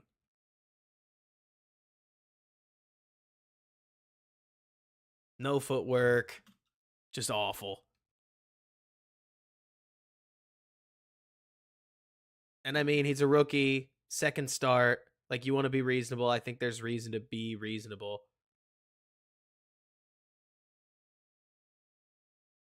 Rookie, first start on the road, second start in general. No sense freaking out. But at this state in the game, you could feel that the Texans were doing more than just, like, damage. The Texans were enforcing their will. Honestly, kudos to D'Amico. His boys just overpowered the Bears. I really believe that. Like, not to be that dude, but like, the other thing, like, Leonidas here is talking about how Jim Harbaugh would make the Bears a bunch of dogs. And I got to tell you, the more I watch football, the more that it is amazing how some of these coaches can just draw unbelievable physicality out of their players. I mean, right now, why did D'Amico's guys look so dominant? Because they kind of just decided they were. Their no-name defensive tackles are just throwing around, throwing, ragdolling the Bears' interior line. Like John Harbaugh, that's my hard part watching this game, is that I'm watching the Bears and they're not even losing to the edges on most of these or on about half of these plays. They're losing to these edges. They're like the defensive tackles are eating just as bad. They're eating just as bad. And I'm with you, Case, in general, talking about how like defensive head coaches are not some awful thing, but but I do think, at least in my opinion, that you get to a point where you need the right defensive coach. But that can't be news. Stop route. There totally is, Sir Lord. Like, there's an element of just go hit the other guy. Like, okay, for instance, you talk about Brian Flores. I don't know if you guys listened to him. Not Nate Davis. That'd be hilarious. Alex Brown and Lance Briggs do a podcast on CHGO. And one of the things I thought was so interesting about that podcast when I last listened to it, I don't like it. I'm going to be honest with you. Like they don't really analyze. Sometimes you'd swear that they don't know how football works. But that's part of what makes it interesting is that when Lance Briggs says, you just got to hit the other guy harder, he might mean it. That's a Hall of Fame defensive, or like that's a Hall of Fame outside linebacker. And he's so talented that I actually wouldn't be surprised if the Bears' answer, especially guys with obscene talent, is just go smash the other guy even harder. It probably worked for Lance. That was how he played. Just go kill the guy across from you. And guys like me could talk about offensive like designs and talk about this, that, and the other. But even Kyle Shanahan would look at what do you mean, Michael? Compared to me or compared to Lance?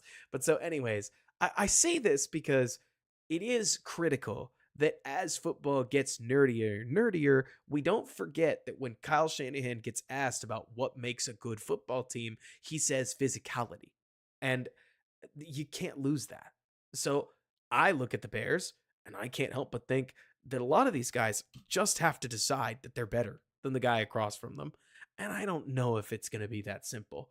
But over the next couple games, hopefully they can find some confidence. Man, could you feel you can feel Caleb's frustration here if you ask me.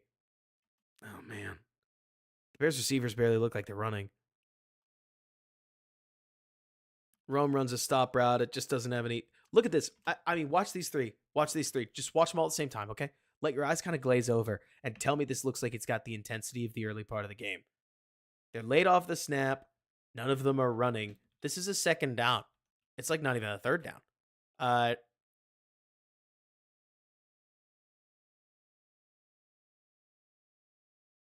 don't even feel like DJ's running. DJ may feel pissed that he showed him up. Like, this isn't a serious play. It's 19-10. It's 19-10. This game is within reach. I mean, they look like a college team that's losing by 35 on this snap. This is ugly. The line's trying. I guess Everett kind of tries. Man.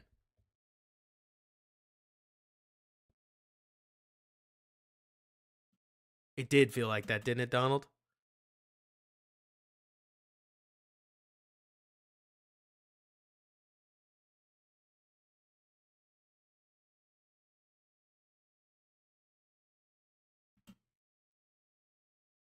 I mean, the line actually gives it a medium scrappy rep.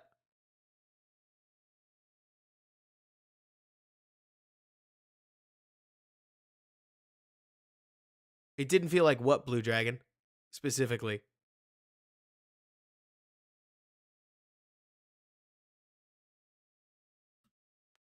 I'm not trying to kill DJ. Just so we're all on the same page. because I'll finish the offense regardless.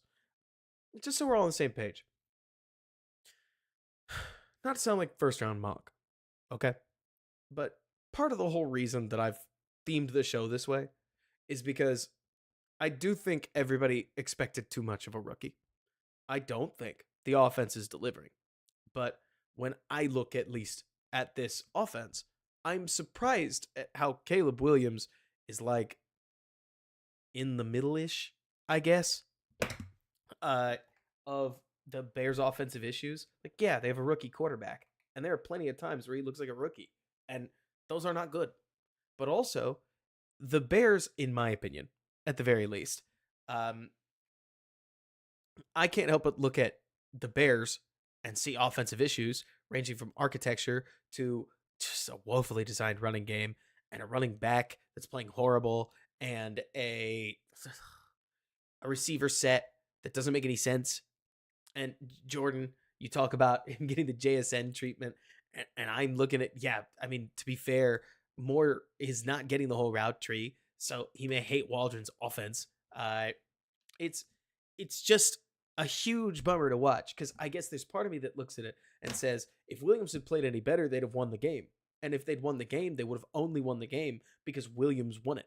Like, it's hard for me to be manage this, because everybody wants to make this all about how the rookie quarterback played terribly. And then every once in a while, Williams is getting a pass off like this that I just haven't seen a Chicago quarterback get off in a while. And it's nothing, right? Like, this doesn't matter. This is a third down after a whole bunch of people kind of just like didn't do anything, right? And then the Bears quarterback sees him get squeezed, works back across his face, takes a hit, and gets the ball to somebody in space. And he picks up a first down. You're not going to Canton for plays like this. At least not just one of them. And I think I'd be surprised if hands to face doesn't get called there.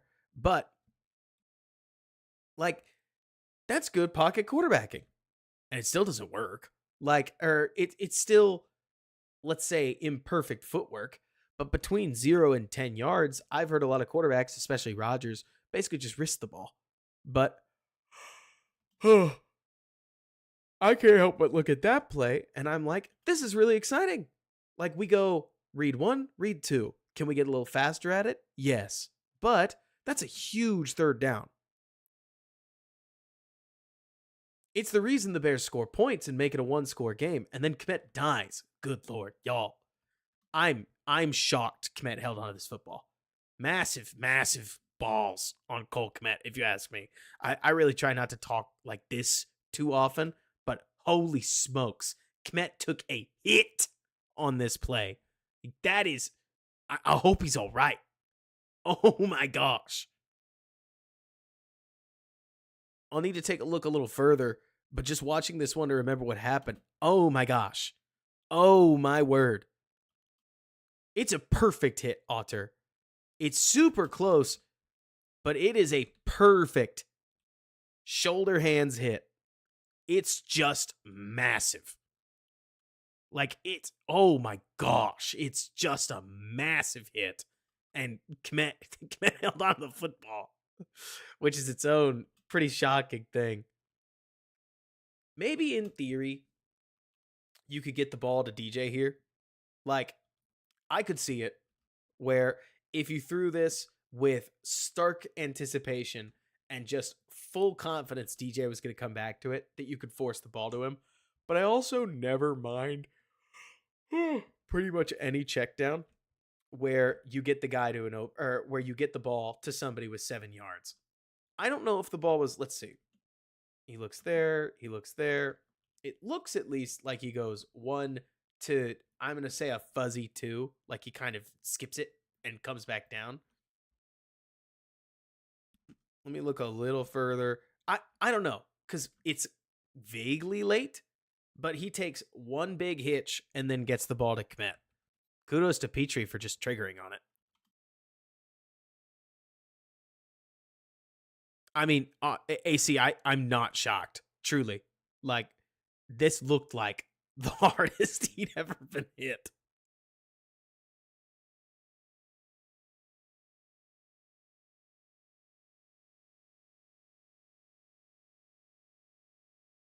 He did, censored. So then I would argue that this is really where the wheels start to get bad. It's so funny too, because the Bears have Homer out here, and God, if you just dump this ball down to Homer, like you're gonna be all right. Probably. I do think that there are some blitz beaters that Caleb could get better about. Like for instance, here he probably does need to just throw there. Yes, it's simple, but sometimes you're hot. And the Bears have a hot option here. Homer's even looking for it, right? Homer's saying, "Oh, here's the blitz." And so Caleb, I would think, is taking an unnecessary hit on this play. It does look like he sees a guy win immediately and freaks out, but I think that if it was me, okay, I would spend the week, if I was Waldron, working on blitz understanding, where apparently we didn't blitz him enough. But that's one of those cases where you just took 7 sacks and you take a bunch of them in the next like 10 minutes of tape. This is the game where Caleb has. So here's one thing that I do think personally is something that was always going to be harder. Like, for instance, okay, I'm talking to censored. It's 3rd and 4. That's hilarious that it's like still 3rd and 4 after all that. I'm talking to censored. I'm talking to, I don't know. Pretty much, I'm talking to everybody. TBH. Like, there's 236 of us. If you're liking the show, give it a like. I see 66 likes. I appreciate you guys a lot. But so, talking this out with you guys, one thing I do think is complicated when we're talking about the Caleb Williams types and the Patrick Mahomes types and the Josh Allen types and the Aaron Rodgers types and the basically like not Matt Ryan, right? This is totally just my opinion. But I think a lot of the guys that come out of college, having been able to do literally anything, need more time to learn how to not try to do literally everything. And we didn't see Mahomes grow through it, but we did watch Allen, and it looked like a mess. Allen looked like a glorified collegiate quarterback who could not hit the broadside of a barn from an accuracy perspective. And then he comes out of year 3 and he's throwing frozen ropes, and he's been playing like the second best quarterback in football since then, right? Allen goes from how does anybody think this guy's any good? And he was the butt of jokes, right? To how does anybody think this guy's good? To he's the dude. And it was 1, 2, 3. Part of me wonders when it comes to guys like Caleb, like Allen, etc., whether there's just more learning you got to do. Because you can't get away with a lot of the stuff you did when you were in college, whereas Matt Ryan has to play the same way. Drake May has to play the same way. Jaden Daniels is playing the same way. So, I don't know. Like, we'll all go through it together.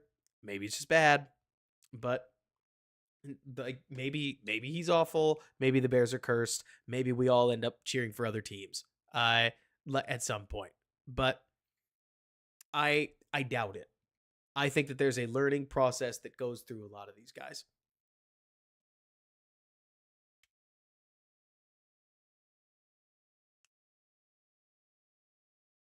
I mean, it's funny, WFM, right? Like, on one hand, so this is the throw everybody's freaking out about. Like, everybody thinks this throw's awesome. I like the throw, but I could point to I could point to a Fields throw that's exactly the same. Like, it's that throw in the Cowboys game. And let me test y'all's memory. It's that throw in the Cowboys game where the Cowboys jump off sides and Fields throws a perfect ball to Equanimeous St. Brown in the corner of the end zone that Equanimeous does not catch. This is 3rd and 14 after a penalty. What is it? The the Texans bring the blitz, and he just passes it right over the top and gives DJ a ball that it would be neat if he catches. A lot of people have said DJ has to catch this. I actually don't believe that. Like, that is extremely hard. If he had caught that, it would have been spectacular. The ball's it's a little inaccurate. So has everything else have been. But Judah, you can't come in here saying stuff like that. I gotta mute you on the channel. Nothing I can do. But you can't do that. You can come in here and be pretty antagonistic. You can come in here and be pretty sad. You can't just come in here and do that. Sorry, bud. Anyways,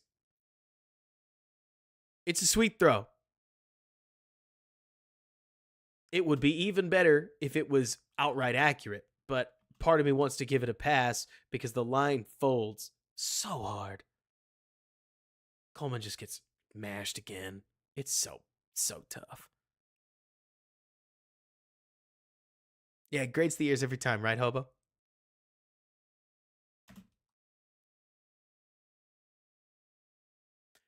Steven, it's a curious balance. I got you, Ace. No worries.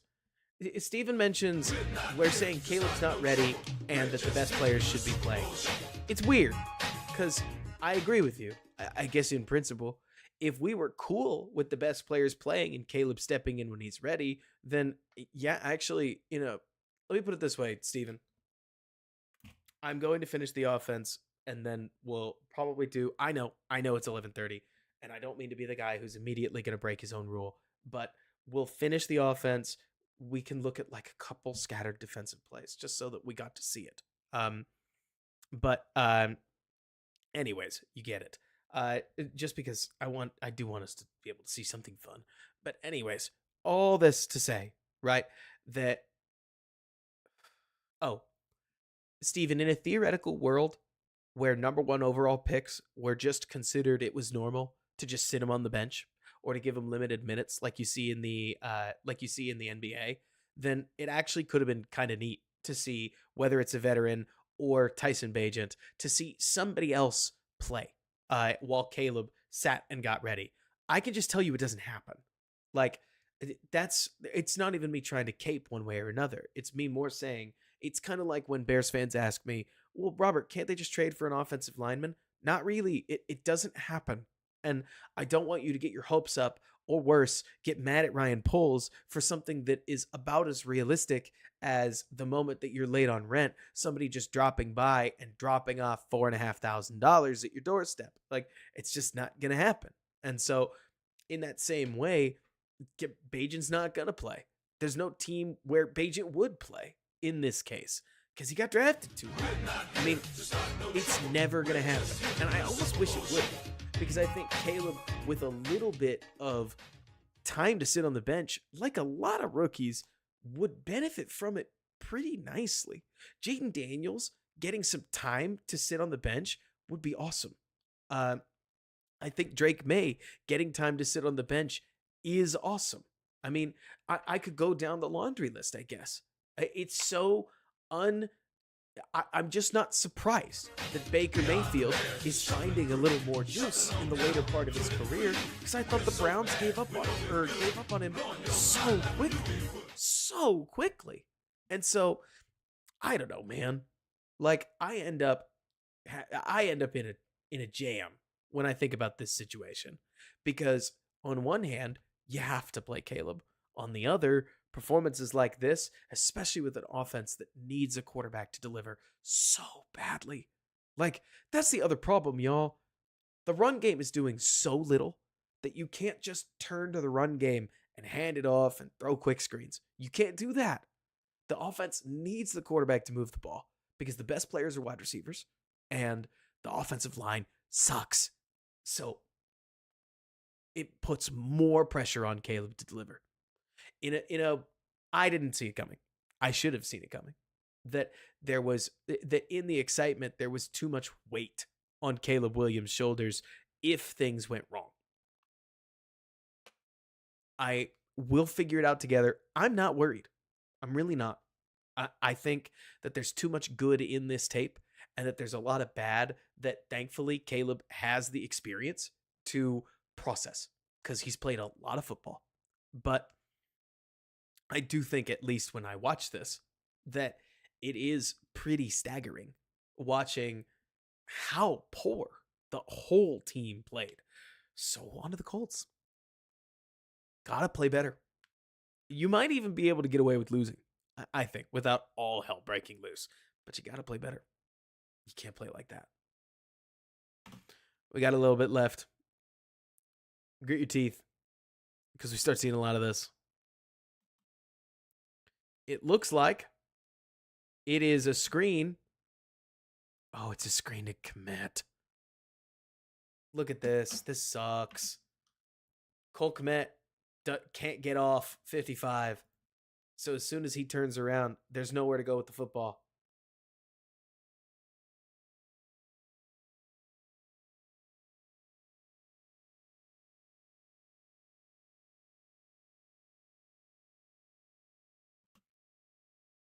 I'm just thinking, let me put it this way, Spectre. I'm not calling for a shootout, but what I am going to say is that I don't think the Bears can.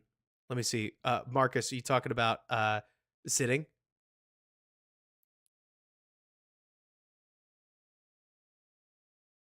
Yeah, commit was held, doctor, but you got to live with it.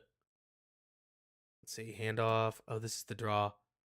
Everybody's mad it's to Homer, but I guess I get it vaguely.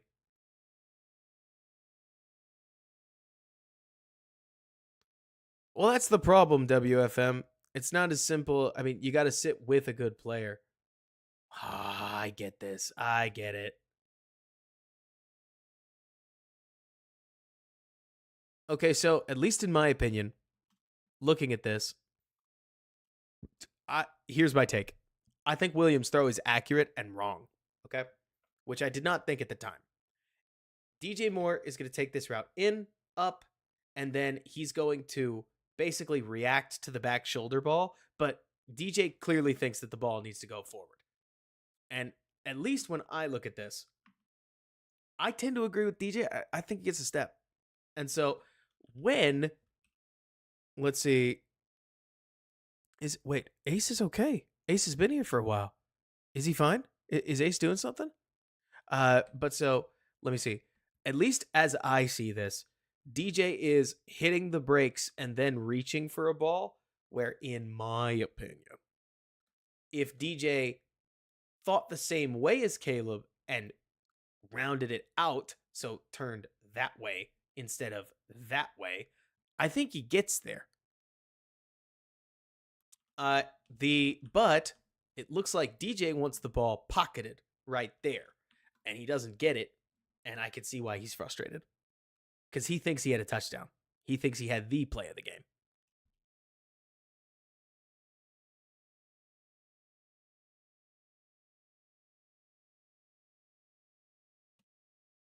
Christopher, what I'm basically saying is, let's see. Exactly, Marcus. And the other thing, okay, so maybe Spectre, I would tell you that I think it's a couple things. On one hand, DJ hasn't beaten him like that, right?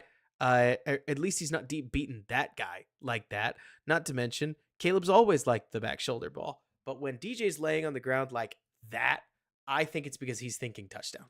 Which again goes back to everything we're talking about.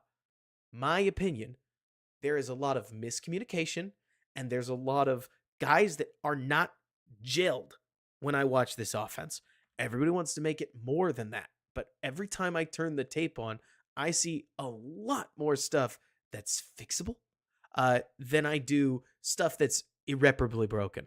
I'm actually surprised. I didn't see this. Or I didn't expect this. When I watched this throw, I also thought, Michael, that it was just a flat miss, right? But at least it looks to me like then the moment DJ sees it, he tries to keep his eyes on it and he can't just break out the other way. Whereas if he had hard stepped around to his left, he would have potentially been there to snag the ball on the sidelines. Not that it makes a difference. So let me see. Spectre or somebody was asking me about the Colts. What I'm more getting at is I think that the defense is playing some great football. I think it is, what's the word I'm looking for? Somebody help me mention this, because you can probably guess what I'm trying to say. Guessing that the Bears are going guessing that the Bears offense is going to get a lot better, but that their defense is just going to stay where they are, feels to me like a very positive take. But let me see. Mike or Marcus, I think you're right, personally. Going back to something you mentioned earlier, where I think that Marcus, the part that a lot of people forget about is that not all playing experience is good playing experience. No, Leonidas. I think he's totally right. Like, look at Bryce Young. Did Bryce Young help? Did Bryce Young's starting experience help him? Did it? Or would Bryce Young have sitting on the bench for the entire season last year have done him more good? You're gonna have a hard time convincing me that Bryce Young was better because he started games last year. He looks like a shell of himself. I mean, not only bad habits from defeats, bad habits from bad lines, bad habits from all kinds of things. It is so easy to develop bad habits. And at least in my opinion, Caleb's a couple games like this away from starting to develop bad habits himself. Probably. We don't know that, but you can only do this for so long. We saw a lot of the same with Fields, where whatever was going to go well with Fields, it definitely didn't. Or it definitely started to go the wrong way around the back half of 2022, where all of the lessons Fields learned were tough ones. And like you're saying, Censored, I agree with you. This is the same stuff. Let's see, the same stuff C-Dub is going to get this season. Oh, bad habits? Like, yeah, at least so far. Hopefully the easier end of the schedule helps the Bears kind of put a lid on things, but they've got some serious growing to do just as a whole unit because it's got to get better. They've got to see the ball go through the hoop a couple times. If they don't, it's going to be tough sledding. Yeah, and battered. You know, he didn't get battered in the Titans game. So maybe this is a one-off. Good job getting the ball to Rome. There's not a ton to overanalyze here. Spectre, and are you shocked? It's a rookie quarterback. Not to sound like I'm oversimplifying it, but yeah. I mean, it's a rookie quarterback. Are you shocked that communication and operation in an offense where we're asking the whole entire world of a rookie quarterback is like, because that's the other thing. The part that gets me, thank you, Chase. I really appreciate you. Thank you. That means a lot to me. Here's my take, Spectre. The biggest problem we're seeing right now is that I've talked on my podcast, etc., not to beat my chest and be like, yeah, I'm that dude.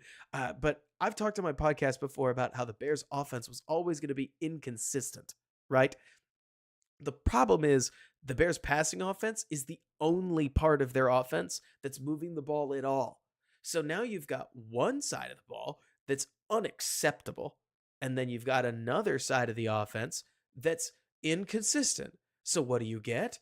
Extreme inconsistency, but worse, inconsistency where everybody is massively overreacting to that inconsistency. Like, let me use another example. Dylan, I agree with you that like they need to figure out what to do against blitz, but also Dylan, yo, have we picked up a 3rd and 1 on the ground yet? Like, is anybody else frustrated that the Bears are zero threat to run on 3rd and 3? None, right? They can't just go outside zone to pick up 3 yards on 3rd and 3. No chance. You're wasting a play. Like, you can't pick up 1 yard on 3rd and 1. So why would you be able to run on 3rd and 4? Like, you can't go play action on 2nd and 5 because you're just not going to run it.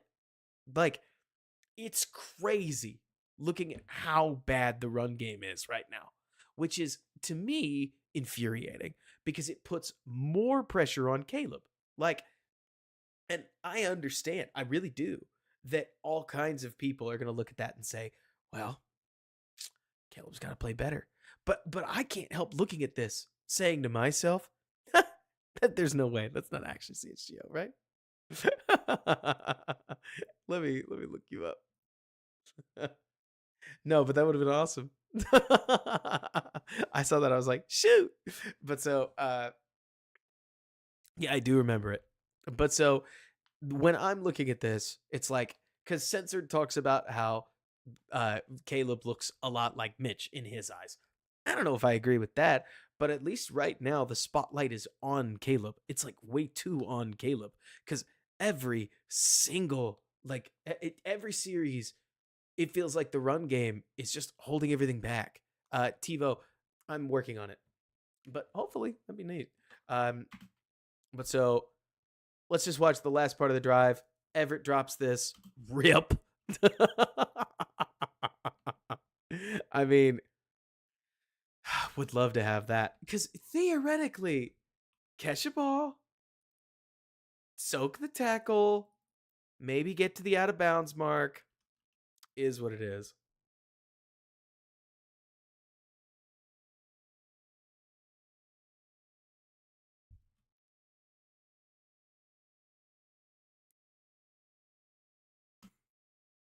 No, they aren't a good look censored.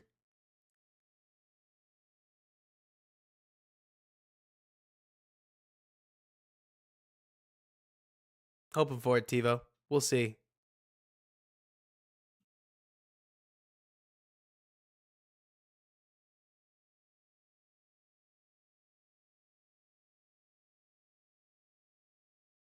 Jeepers. So it looks like you get a big stop route, 2 stop routes. Either that or DJ just feels the guy over top of him. So he stops.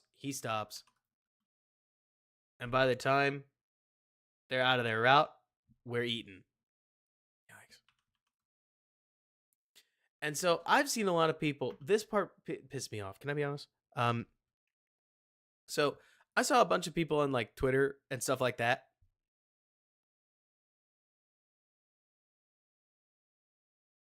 They said, "What's Wright doing?" Right? They looked at Darnell Wright. I'm surprised that we can't recognize a sicko move when we see one. That's nice. Say what you will. Like this jab step out here, bang, in, frozen. Frozen ankles, man. Frozen ankles. Boom. That is a sweet edge rush. But so at least I think, Donald, that that's really nice. You feel free to disagree. But if a Bears defender did that, I'd be like, ooh, that is nice. Especially because you're doing it in such a moment where you know you can get the guy to freeze, and then bang, he did. Oof. Chris, you got to check back in 2 years. You gave Justin Fields 3 years. At least give Caleb 1. If you want to jump on him now, you can. I don't think there's any point in that. I think that you just sound silly.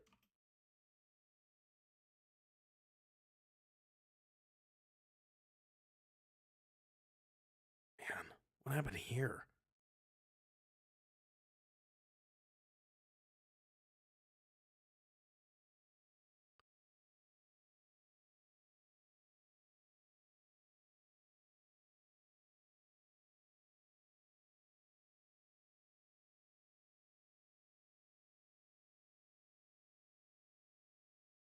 I think Caleb could get this to Everett. It feels, not that I know, it feels like Caleb feels the guy behind him and takes off, because I can't help but think that he would have thrown it. I don't know. I mean, hey, who knows?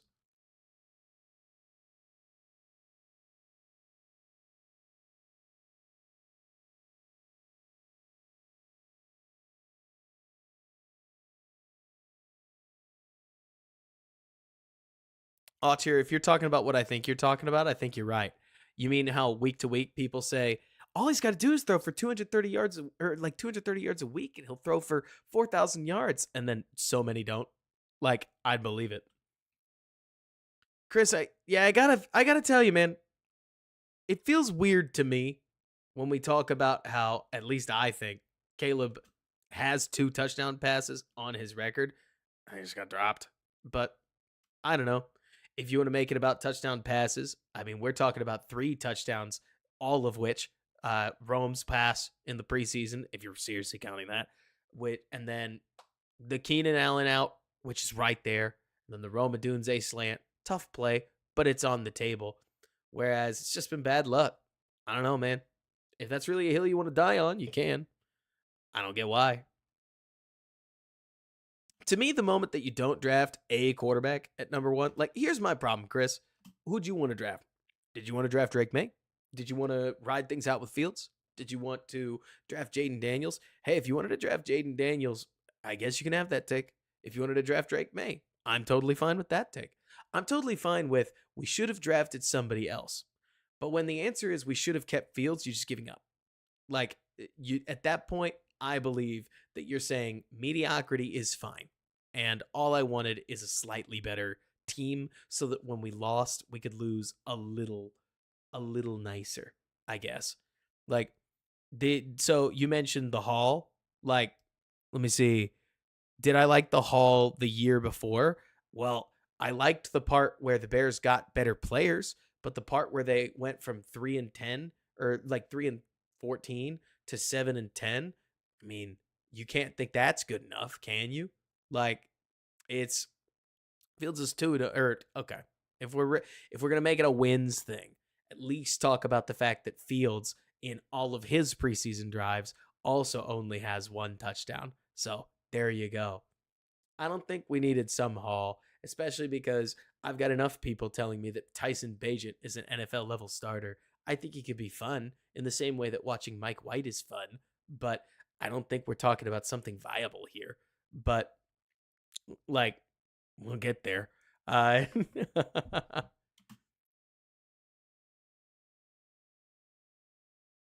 Fields is 2-0, man.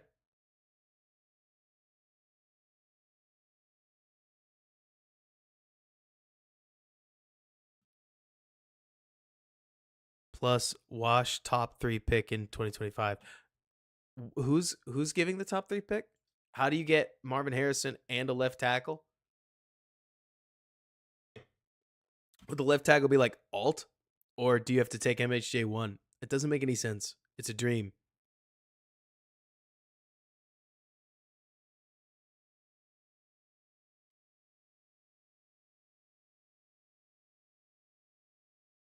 Oh, you wanted to trade down with Washington.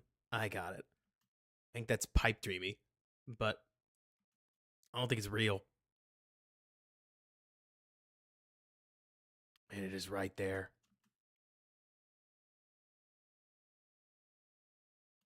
Rome's got that out. I actually think he even looks like he's running it. Look at this. Does that look like an out to you guys? It looks like an out to me. I couldn't tell you what the play call is, I guess. But then the ball lands right there.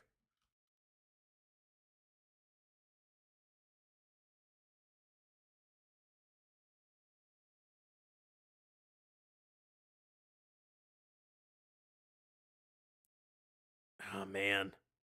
What a shame. It looks like a comeback to me, Oblivion. But, meh.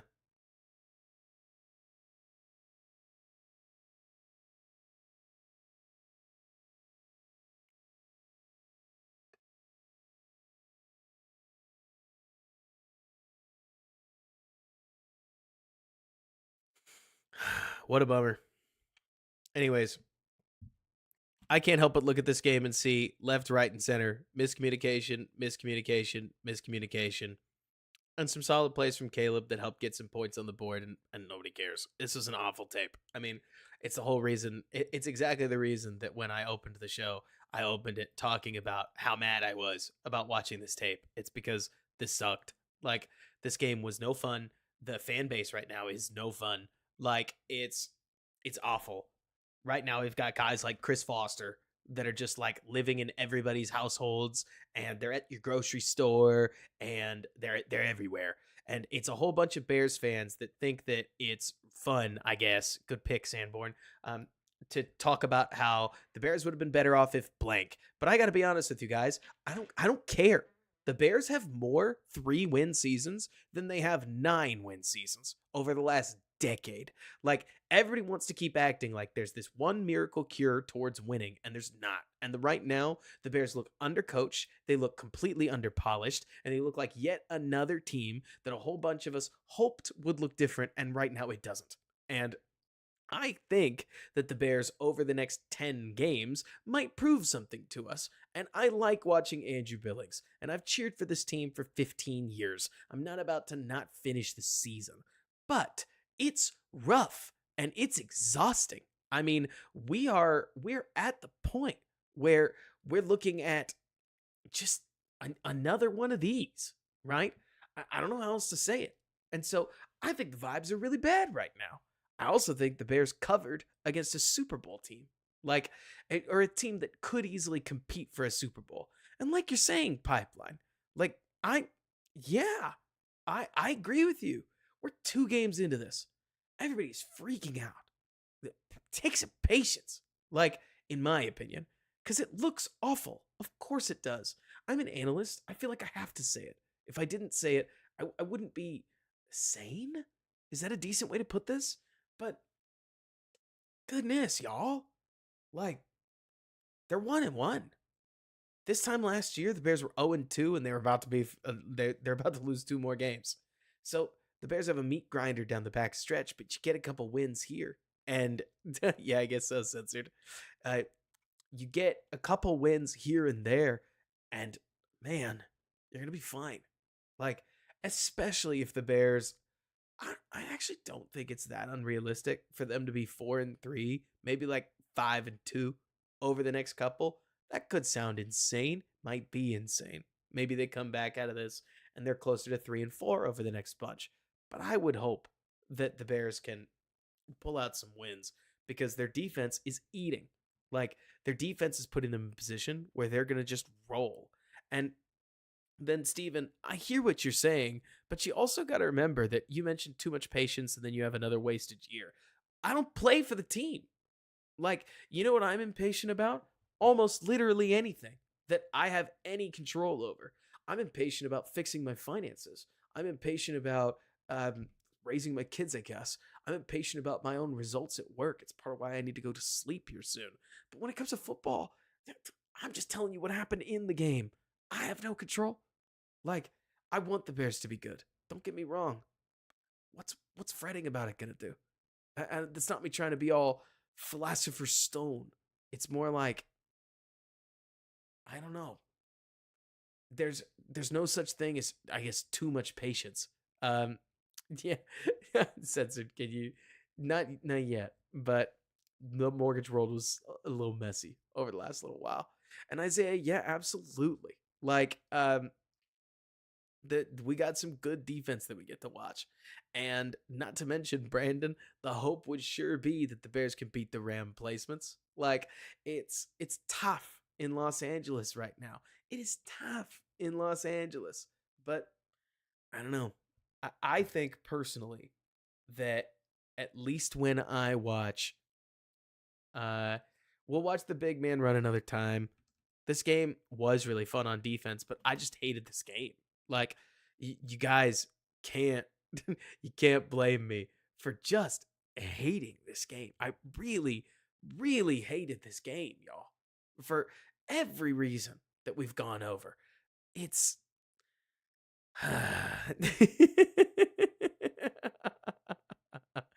it's the vibes weren't there, Brandon, and the fan base just freaked out. And this is exactly the kind of game. Thank you, Mike. I really appreciate it. Like, you had to talk about it. You had to. And AC, I'm right with you. Here's the thing, AC. Here's my thing, okay? AC, I'll finish with this because AC brings up a very good point. That's AC Adam. You've been loyal and you've been on this channel for a long time. You guys are telling your friends. We went up to like 200 people watching and we held like a 240 peak, and that's on a bad day. So, like, let's get a good day. But anyways, so AC Adam brings up a good point. He says that game was there for the taking, right? He said that game was there for the taking. And he's right. And I look at this game and I can't not help but say to myself that, let me see. What's going on? Ethan, what are we talking about?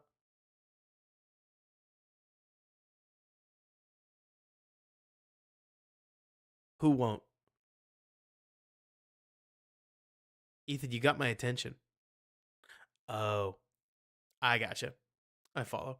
But so, anyways, let me see. Collecting myself. Oh, AC Adam mentions that game was there for the taking. And I can't help but think that the funkiest part about what we're looking at here, maybe this is all hope, could be all hope, might be. I watched the Chiefs game. Did you guys? Like, I I watched the Chiefs play the Bengals. I thought the Bengals flatly outplayed them. I did. And the Chiefs found a way to win because Mahomes made one extra play here and there. So did the Chiefs and the rest of them. And the defense made one extra play here and there. And they won a game where I thought they got outplayed. And that's the end of it. Final score, result, zip it up. Like, you go from there. At least, AC, what I'm finding myself giggling at is the idea that if Caleb Williams and the Bears had looked like any less of a discombobulated mess, they might have won. Some of that, of course, is Waldron. Some of that, of course, goes back to all the whining about the run game that we talked about. Like, some of that goes back to everything we've mentioned. But also, if Caleb Williams gets a letter grade better between right now and the end of the season, chances are the Bears can steal a game or two if their defense can keep hanging in there. I mean, I know that we've talked about it, Donald, but I think Justin Fields in 2022 was 0-1 and 10. Was it 1 out of 10 in his late game, gotta have it drives? And Caleb Williams is going to be defined by what happens in those scenarios. That's the NFL. Kirk Cousins has one drive in 2 minutes. You got to go score. You got to go score. And so far, he's 0 for 1. He's had 2 starts. He's 0 for 1. At least he ran an okay, time-killing drive, but he's 0 for 1. The rest of the season, he'll have at least 15 games. I mean, chances are, realistically, over the next 2 years, if he's healthy, he'll have 32 or something like that. Yeah, I think it's 32. Alter anytime. I appreciate it. But so, at this point, going forward, he's going to need to prove a little more. And every week, he'll probably need to prove a little more. And then prove a little more. And we'll be here to watch it go.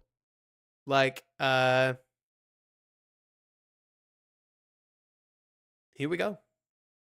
I don't know. This was the part of the season that I was waiting for, to be honest.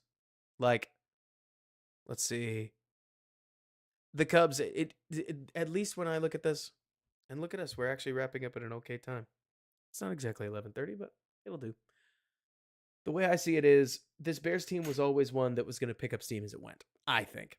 They just got smoked on offense after getting smoked on offense. This is a gut check, especially on the way to Indy. Who knows what they'll do? But the hope here would be that the Bears defense can make life hard on their opponents, and then the offense can do enough to get them over the line. And then, on top of that, the hope becomes that the Boss Beast, the defense looks great. I mean, the defense in the second half looks especially unreal. Y'all, I don't know how he would have done it. He would have had to have ESP. But my goodness, I think this is awesome. If Andrew Billings catches this ball, can you even imagine? Montez Sweat gets his hand up here. Imagine Andrew Billings looking up, catching this football, and then the Bears would have taken a sack and not scored, but it would have been dope. This Bears defense is harrying, guys. They're going crazy right now. It's fun football to watch if you can stomach the offense.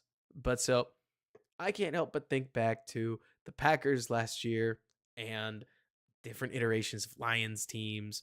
This stuff can take time sometimes. The hope is that we're not looking at simply what it is. Rookies struggle. We'll see. I've got high hopes. I've had high hopes before. I'm a Bears guy, practically forced to be optimistic. But it's a messy era for offense. We'll have to see what happens. The Colts secondary is not good. But that's how, there we go. Let's see.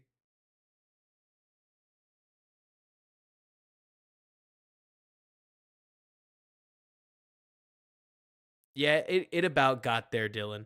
I agree. Like, looking back, it all kind of coalesced into massive expectations. But anyways, y'all, it's always good hanging out. I'll catch you soon. Let's go to sleep. Bear down. And thanks so much for bearing with me. The crappy monitor made it through.